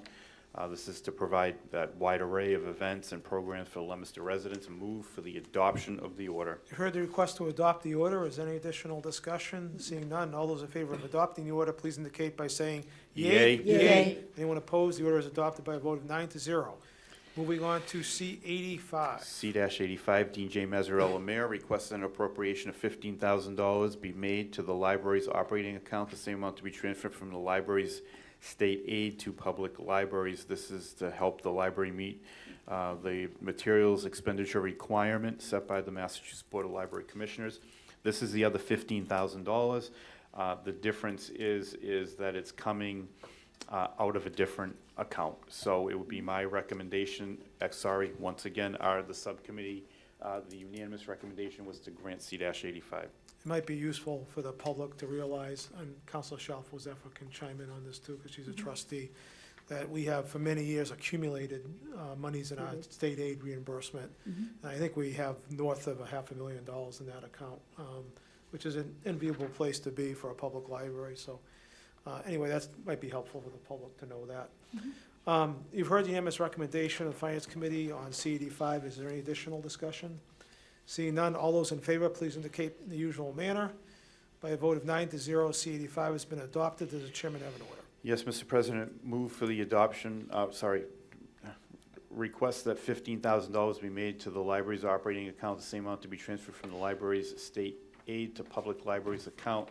This is to meet the requirement for the expenditure requirements set by the Massachusetts Board of Library Commissioners.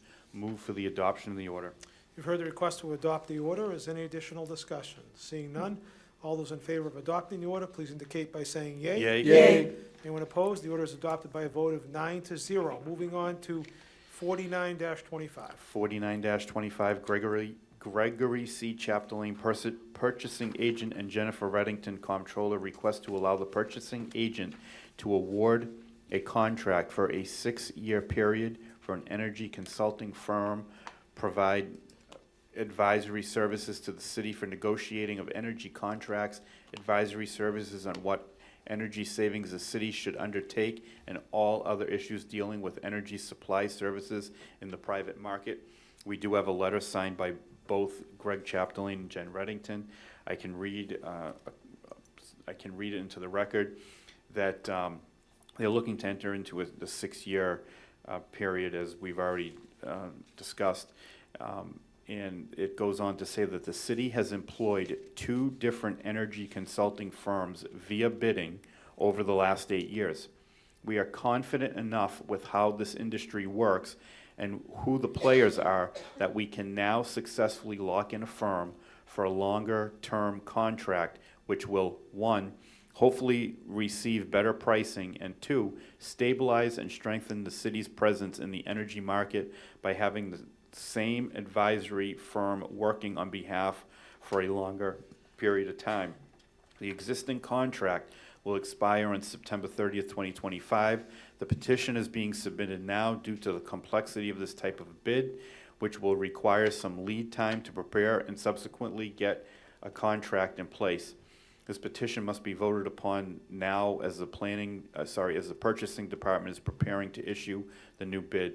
The purchasing agent must know what time period or contract length we will be able to structure the bid around. We respectfully advise the City Council to vote in favor of allowing the purchasing agent to enter into a 6-year contract for energy consulting services. It was the unanimous recommendation of Finance at our subcommittee meeting to grant 49-25. You've heard the unanimous recommendation of the Finance Committee to grant 49-25. Is there any discussion? Councilor Shalfo Zephyr.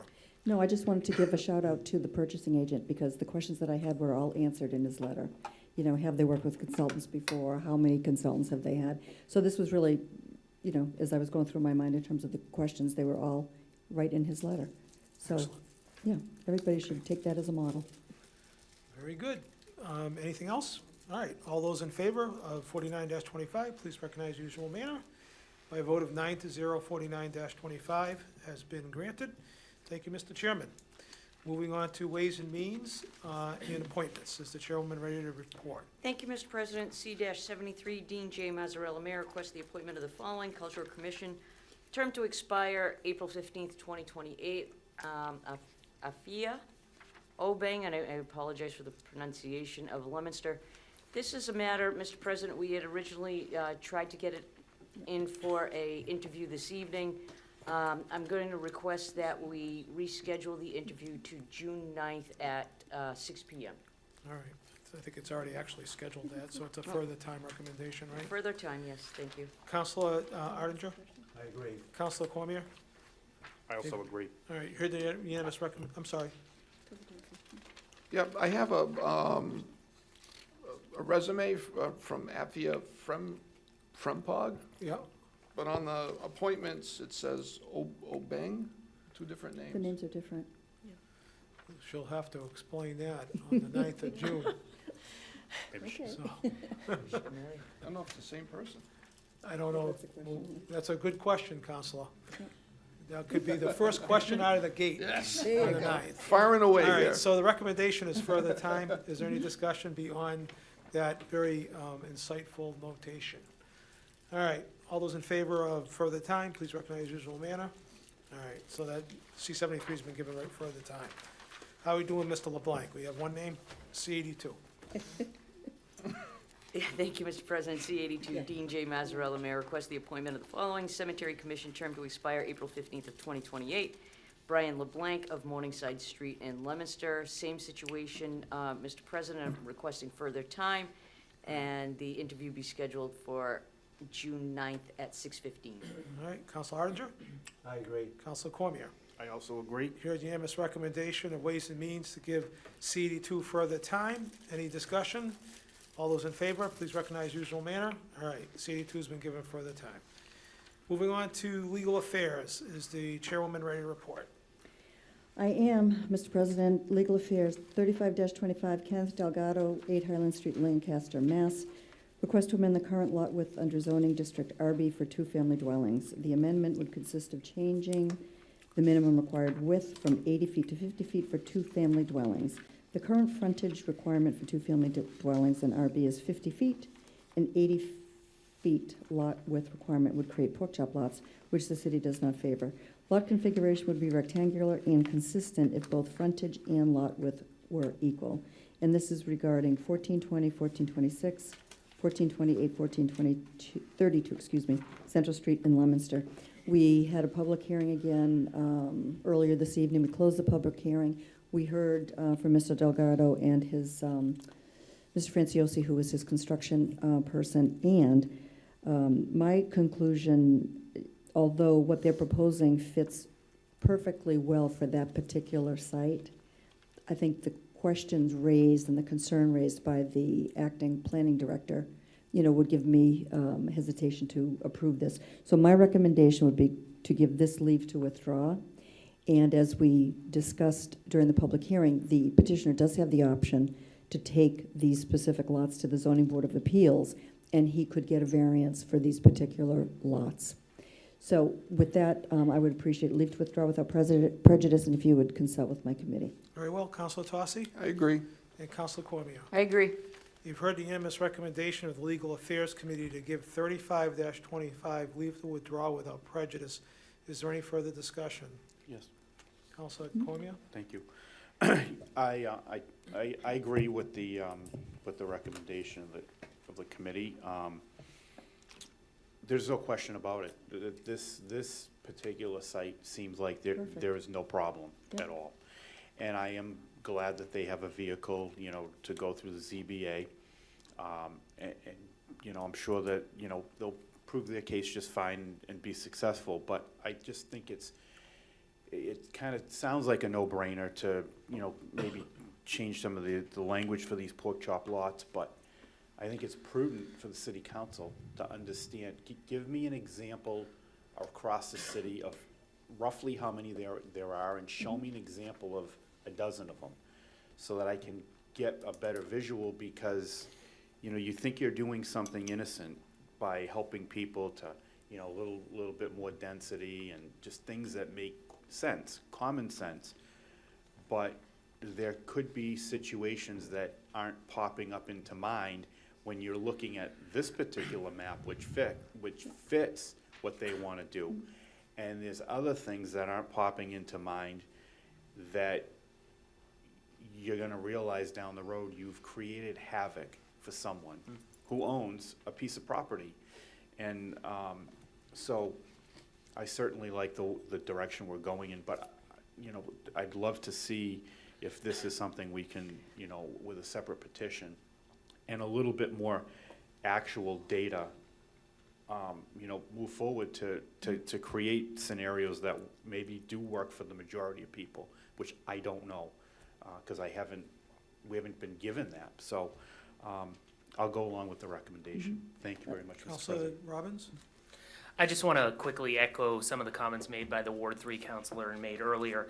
I do think that the recommendation for leave to withdraw seems to be the most appropriate, with the fact that we could seriously negatively impact somebody else across the city without knowing, and I'm not comfortable doing that. With that said, though, there were some really interesting comments made during the public comment about being creative and needing creative solutions to address the housing crisis, and some really factual points about the amount of land left that Leominster has to really build on to provide opportunities for people in my generation.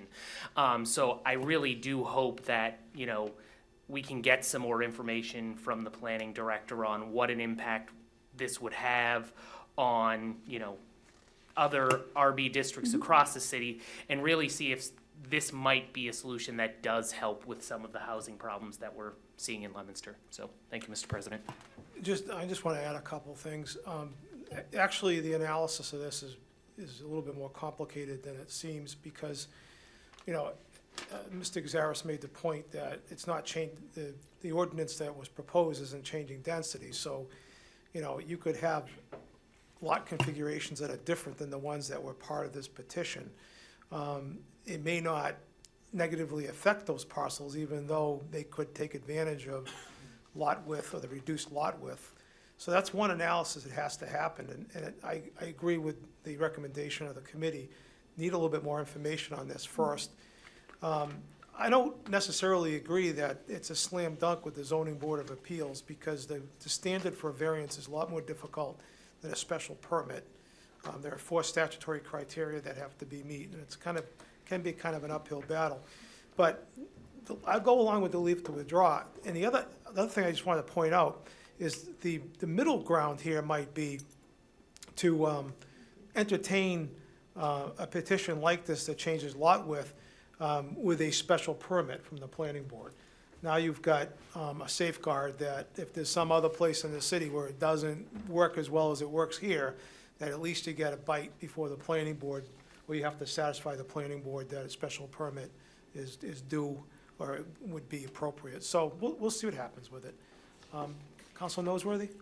Thank you, Mr. President. Just very briefly, I wanted to echo the sentiments of the at-large counselor that I'm definitely in agreement with the committee's decision, but it would be interesting, to your point, Mr. President, and to others, to sort of see what might be brought to the council in the future with regards to affordable housing. Thank you.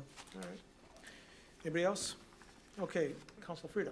Yeah, I just think a definition of affordable housing, and that's a good catchphrase nowadays, I mean, because what's affordable, you know, to us, to the average homeowner in the city, and, you know, a realtor's gonna tell you that it's affordable. I can say it's affordable. We're looking at the same data that he's looking at.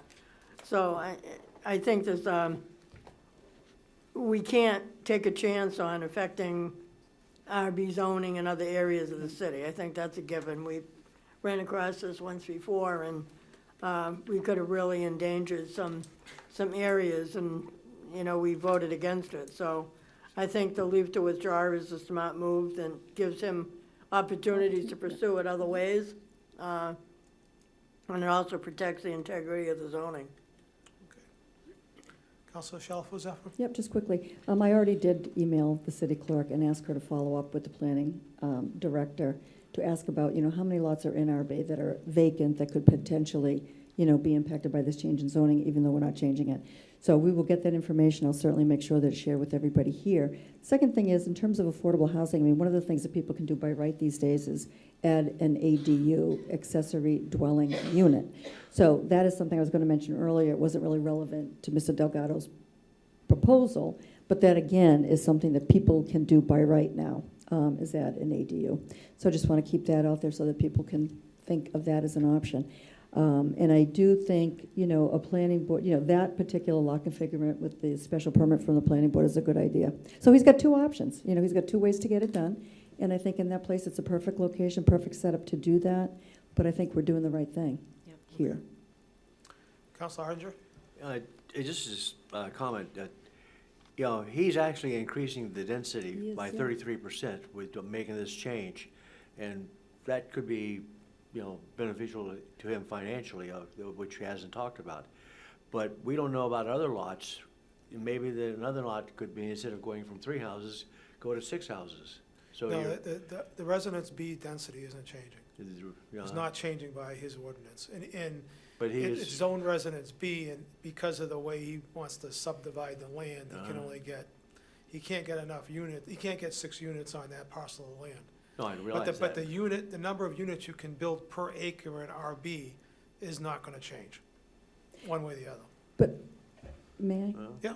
I think Councilor Arndinger, I mean, I agree with the point that you're making, is that instead of having 2 single-family homes and 2 double-family homes, he can now have 4 two-family homes. Right, yeah. Right, so that is an increase in density. I mean, I'm looking at it that way as Yeah. well. So it is kind of technically, I mean, it is 30%. It would, on that undivided parcel of land, it would clearly create a greater density, but in the RB zone, it's not gonna change the number of units that you can build per acre. That won't change. Okay. Okay. So it's a little of each. Okay. All right, I guess the recommendation is unanimous on the floor. All those in favor, please recognize usual manner. All right, so by a vote of 9-0, 35-25 has been given leave to withdraw without prejudice. All right, and I get to leave for a little while. Next one.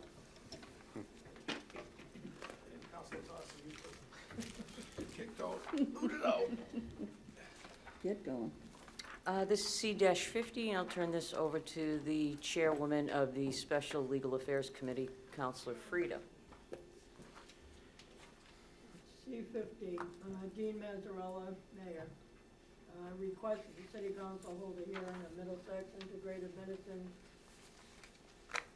special permit to operate a marijuana grow facility. We had a meeting scheduled, but the principals were not able to make it. They had 2 graduations out of state, and they were the 2 attorneys. So we did have a meeting, and we continued the hearing until June 10th at 5:30. And hopefully, we are still waiting to hear back from some of the people involved, but hopefully we'll have a chance to wrap this up at that meeting. So your recommendation, your request is for further time? Further time, yeah, And Counselor Shalfo Zephyr? I agree. And Counselor Robbins? I agree. You've heard the unanimous recommendation of the Special Legal Affairs Committee to grant further time. Is there any questions or comments? Yes, if I may, I guess my question is, I mean, I don't know at this point what we're hoping to accomplish, you know, by having them here. I mean, I believe they're out of here by the late August. Am I correct? not yet, So- not yet, they're not out yet. Right, so, I mean, I don't know what are we trying to accomplish, I guess is what I'm asking. We're trying to accomplish, according to what the mayor is asking us to do, to hold a hearing on what is owed to us, which is a lot of money, for 6 years of having a host agreement that wasn't upheld. We did find out that it's in receivership. In receivership, there's no opportunities for anybody to collect any money owed to them. So there's also a federal bankruptcy with the owner of the building, so there's a lot of issues. We did, at the first meeting, give them an opportunity to speak, and we had to cut the meeting short because we were going into a regular meeting. They were not able to make the second one, but we did tell them as a committee that we would continue it for them to be able to come. And the meeting that was set was a conflict with 2 or 3 of the others, and we had one of our members away for a week. So to give them the opportunity of what we told them that we would do, we're having the meeting on June 10th. Okay. And we'll have attorneys here on June 10th? We're waiting to hear back from them now. Okay. I mean, I appreciate all the work your committee's doing. Trust me, I know this is not easy. You know, it's a mess.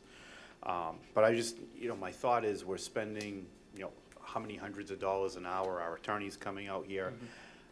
I'm just envisioning that we're spending a lot of good money to go after bad money, you know, and they're under some court order to get out of here anyway. And if they don't make this meeting, I mean, we probably got one more shot before they're hightailing out of town anyway. You know, that's, In all due Right. respect, there's a cease and desist order on them, and they have not complied. So I won't even talk about how much money has been spent by attorneys in the past 6 years Yeah. trying to do something. So I think 1 hour of the city council trying to do what the mayor's asked us to do is not excessive in attorney fees. I appreciate all your hard work. Thank you. Thank you. Good. Counselor Shalfo Zephyr? Yeah, through the chair to the Ward 3 counselor. A couple of things came up. One of the receiver, who is technically, I guess, in charge of the organization, we think he's the owner, stated that they put up a bond to ensure that when they leave, it's going to be done in a systematic, properly done way.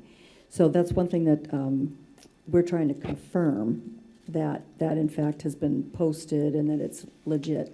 The other question is through KP Law, if we can the city council rescind the permit? Very simply, can we just say, okay, they haven't paid anything, they've, they have never really followed that agreement that they agreed to, so we're going to just yank the permit. And that's the question that's finally on the table. So I think we'll wrap everything up at the next meeting. Okay. That's the plan. Are you good? I am, sorry. However you look at it, it's a mess. It is. It's a mess. You know, I'm not going to disagree. Okay, so again, on the floor, we have a unanimous recommendation from the Legal Affairs Committee to grant C-50 further time. Any other comments?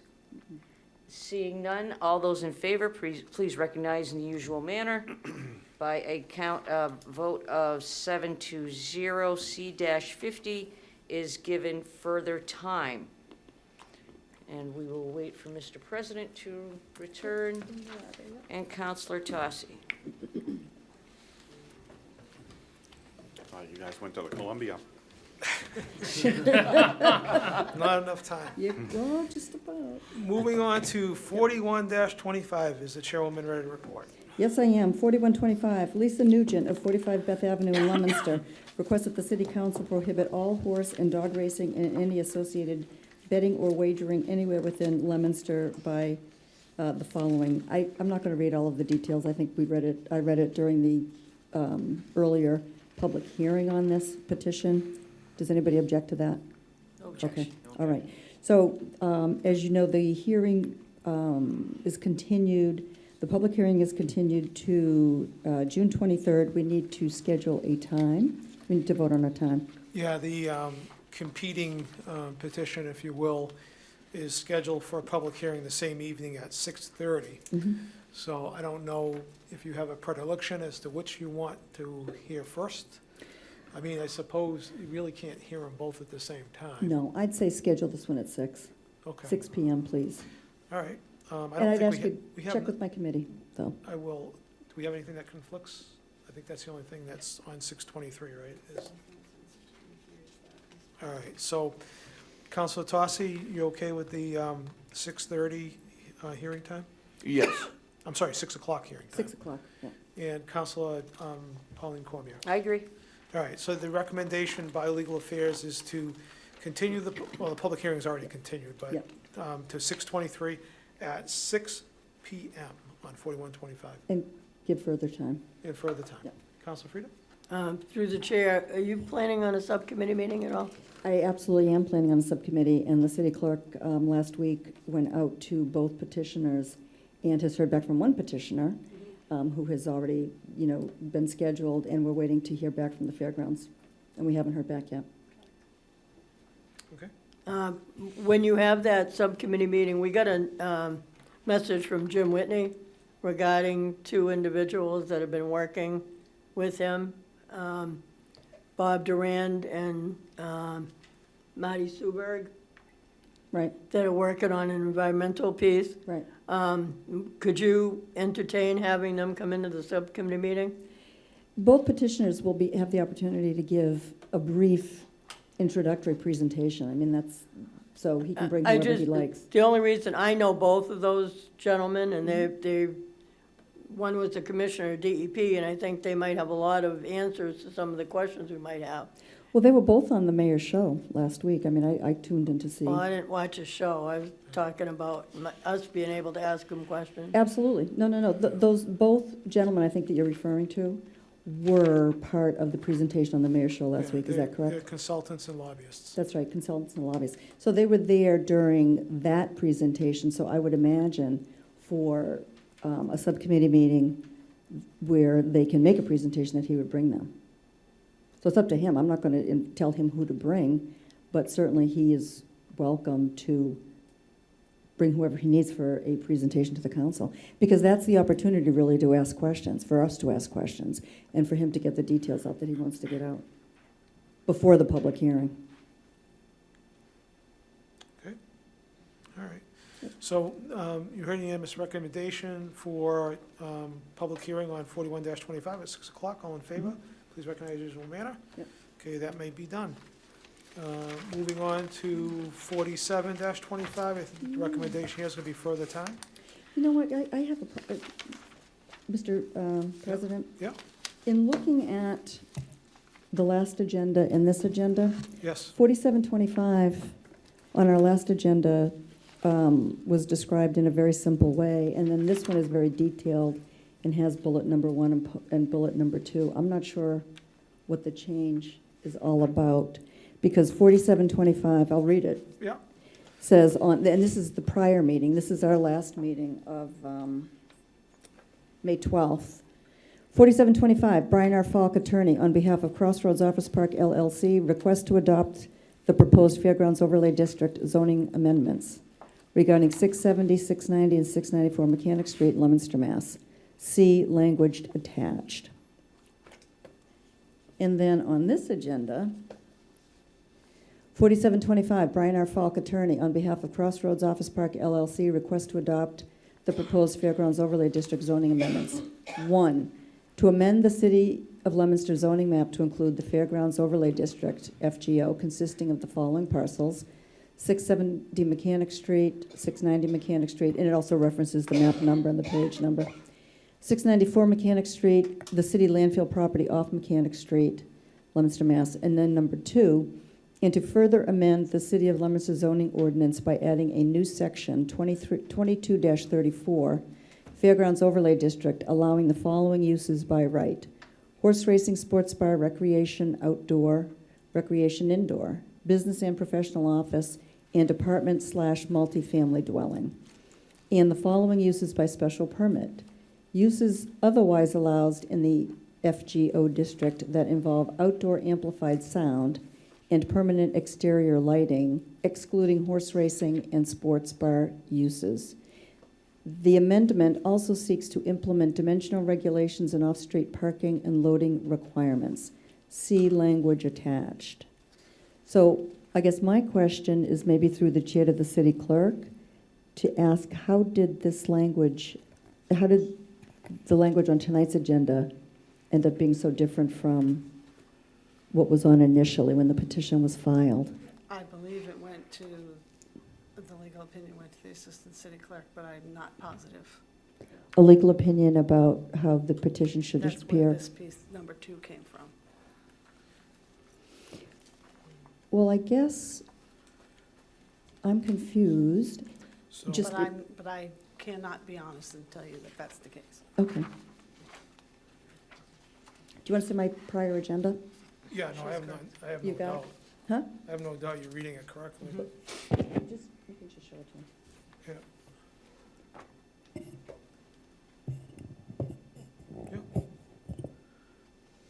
Well, do you know how it got expanded? Yeah, it got adjusted by the attorney. For by Mr. Falk. Yes, So he sent you a communication? yeah, and I sent him the public hearing, and he adjusted it exactly how the planning board had it on their public hearing. So what he submitted initially was adopt the proposed Fairgrounds Overlay District zoning amendment, see attached, That's right, yep. right? Yep. That's what I have.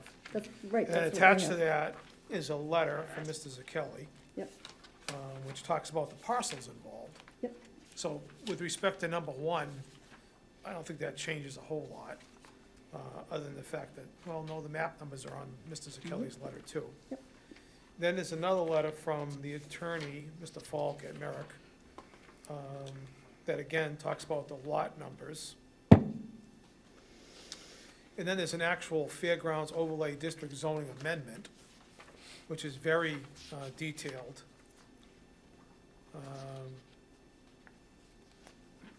And it's several pages, actually 5 pages, of an actual zoning amendment, which I guess is summarized down into number 2.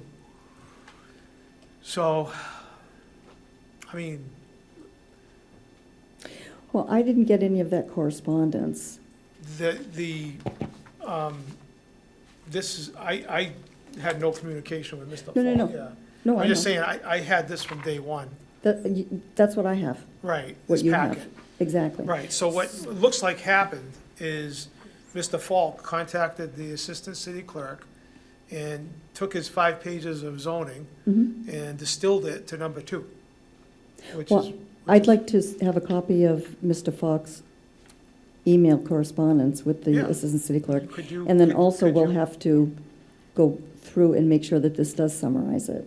I mean, the detail, there's a lot of detail, so I think summarizing it, I'm concerned about things that may or may not be, left in, left out, changed, whatever. I mean, I'm totally confused. And I have to thank my good friend sitting next to me for pointing out that, there was something amiss here. Yeah, I mean, it looks like that number 2 is a much distilled version of the 5-page zoning amendment. And I'm not sure that should have been changed Right. from the original, Right. which is an issue we can take up when it's heard. We can take that up when it's heard. But, I mean, in fairness to them, they did submit an entire ordinance as well. Well, also, in fairness, I think, to us, Yeah, this is a very different petition than the one that we have before us. the petition is what they timestamped. The description in the agenda is really not controlling of the petition. It's supposed to be a description to give the public fair notice of what's involved, right? It wouldn't contain the entire ordinance. It's gonna contain some kind of a summary of the ordinance. Oh, I agree. So, Yeah, I'll get right to you in a minute. Yep. At a minimum, please distribute Mr. Falk's communications to Yeah. you, to the entire council. To everybody, yeah. Mhm. And then I'll hear from Councilor Robbins. Just for the record, I think that my bigger concern was around what the process is for changing a description from one meeting to the next is because, now granted, this is much more descriptive than our original description, right? But if it had gone the opposite way, that could cause some serious problems Yeah, for the public. For future reference, that should be brought to my attention before it's done. With what Stephanie got. I don't care what Stephanie does, that's the planning That's the planning board, board, that's yeah. not us. I understand how you got sort of caught up In in the this. middle. And- Yeah, But, yeah. but, Right, but in absolutely. the future, just as a point of reference, bring it to my attention. And, we'll ask on 6/23. I mean, my guess is the attorney got a little nervous that the description for the public wasn't quite broad enough, maybe. I don't know. Yeah, I have no But idea. but the petition's the petition, and anyway, thank you for bringing it up. So, So, where were we? At further time, right? we're at further time. We have a public hearing scheduled for this petition on June 23rd at 6:30 PM. All right, and Councilor Tossi, you're okay with that, I assume? Yes, I agree. Cormier? I agree. All right, unless there's an additional discussion, which I see none, all those in favor of further time? Okay, so by a vote of 9-0, 47-25 has been given further time. Moving on to 48-25, I will note at the outset, we have a slight conflict with the interview of the heretofore unknown last name interviewee, which is scheduled at 6 o'clock. So could we just do a little housekeeping and perhaps change that interview time to, Mr. LeBlanc is what time, 6:15? 6:15. Why don't we change the other one to 6:10? Is that Certainly. okay with you? Certainly. Is that all right with you, Councilor Artinger? Councilor Cormier? Fine with me. All right, all those in favor of amending that interview time to 6:10, please indicate usual manner, thank you. Now you can take up Mr. Bovenzi's petition. Certainly. Thomas M. Bovenzi, request an amendment to change zoning district of parcel 94-6, amend the zoning ordinance of the city of Leominster, Mass. To change the boundaries of the zoning district shown on the zoning map so that the parcel identified as Lot 6 on Assessor's Map 94, containing approximately 9,984 square feet and having an address of 44 Union Street, shall be located entirely in the Residence RB district. Regarding Waymike LLC, JMC Realty Trust, Kyle Melanson zoning change. And this covers 26 Union Street, 40 Union Street, and 44 Union Street. So we have a continued public hearing, on June 9th, 2025 at 6 PM. All right, So I would ask for further time. Very Sorry. well. Councilor Tossi? I agree. Councilor Pauline Cormier? I agree. You've heard the unanimous recommendation of Legal Affairs to give 48-25 further time. Is there any discussion? Seeing none, all those in favor of further time, please indicate in usual manner. 48-25 has been given further time. We have no listed new business or old business. Councilor Frida? Community calendar? Okay. I just wanted to commend Jason Main, my new veteran director, on being thrown into the fire on just a short time being the director, having his first Memorial Day. I think he did an exceptional job, and I thought it was well done all the way around, so just to give him I a sort of couldn't, encouragement on I that. couldn't agree more. Big shoes to fill for him, but he did a fine job, and Leominster residents should all be proud of the fact that our guest speaker was a Leominster resident and a general. The first general from Leominster since about 1830, from what I understand, Paul Kettner, who gave a wonderful address yesterday at Carter Park. Anybody else have anything for the community calendar? Councilor Councilor Shalfo Zephyr? No, I was just going to say, Jason Main did a wonderful job, as a new person, and Rick, those shoes are definitely hard to fill, but I want to give a shout out to Jolene. Oh, yes. Constant. I mean, 100%. she's the glue, I think, that has always held that office together, and I think Rick trained her well, or she trained Rick well. I mean, I don't know who trained who, but that staff, and they do a terrific job. So I want to give Jolene a shout out. Yeah, and it was a nice turnout too yesterday from the city. So, kudos to everybody who made the effort to come out and recognize our fallen heroes. Councilor Noseworthy? Briefly, I would just like to echo the sentiments of the other councilors. Obviously, this is my first time as a city councilor participating in these events, and also being a veteran, I was really touched by everything, and I think, like everyone said, Jason Main did a phenomenal job, as well as Jolene. The other thing I just wanted to mention is, I know we're at the end of the month, but May is Mental Health Month, and I just wanted to thank the mayor. I had approached him about writing up a proclamation, which he did, and hoping that next year we can continue to build on that, but just wanted to bring that to everyone's attention. Thank you. Thank you. Okay, motion to adjourn? Councilor Shalfo Zephyr, second Councilor Robbins. All right, we're adjourned. We're adjourned. Thank you all.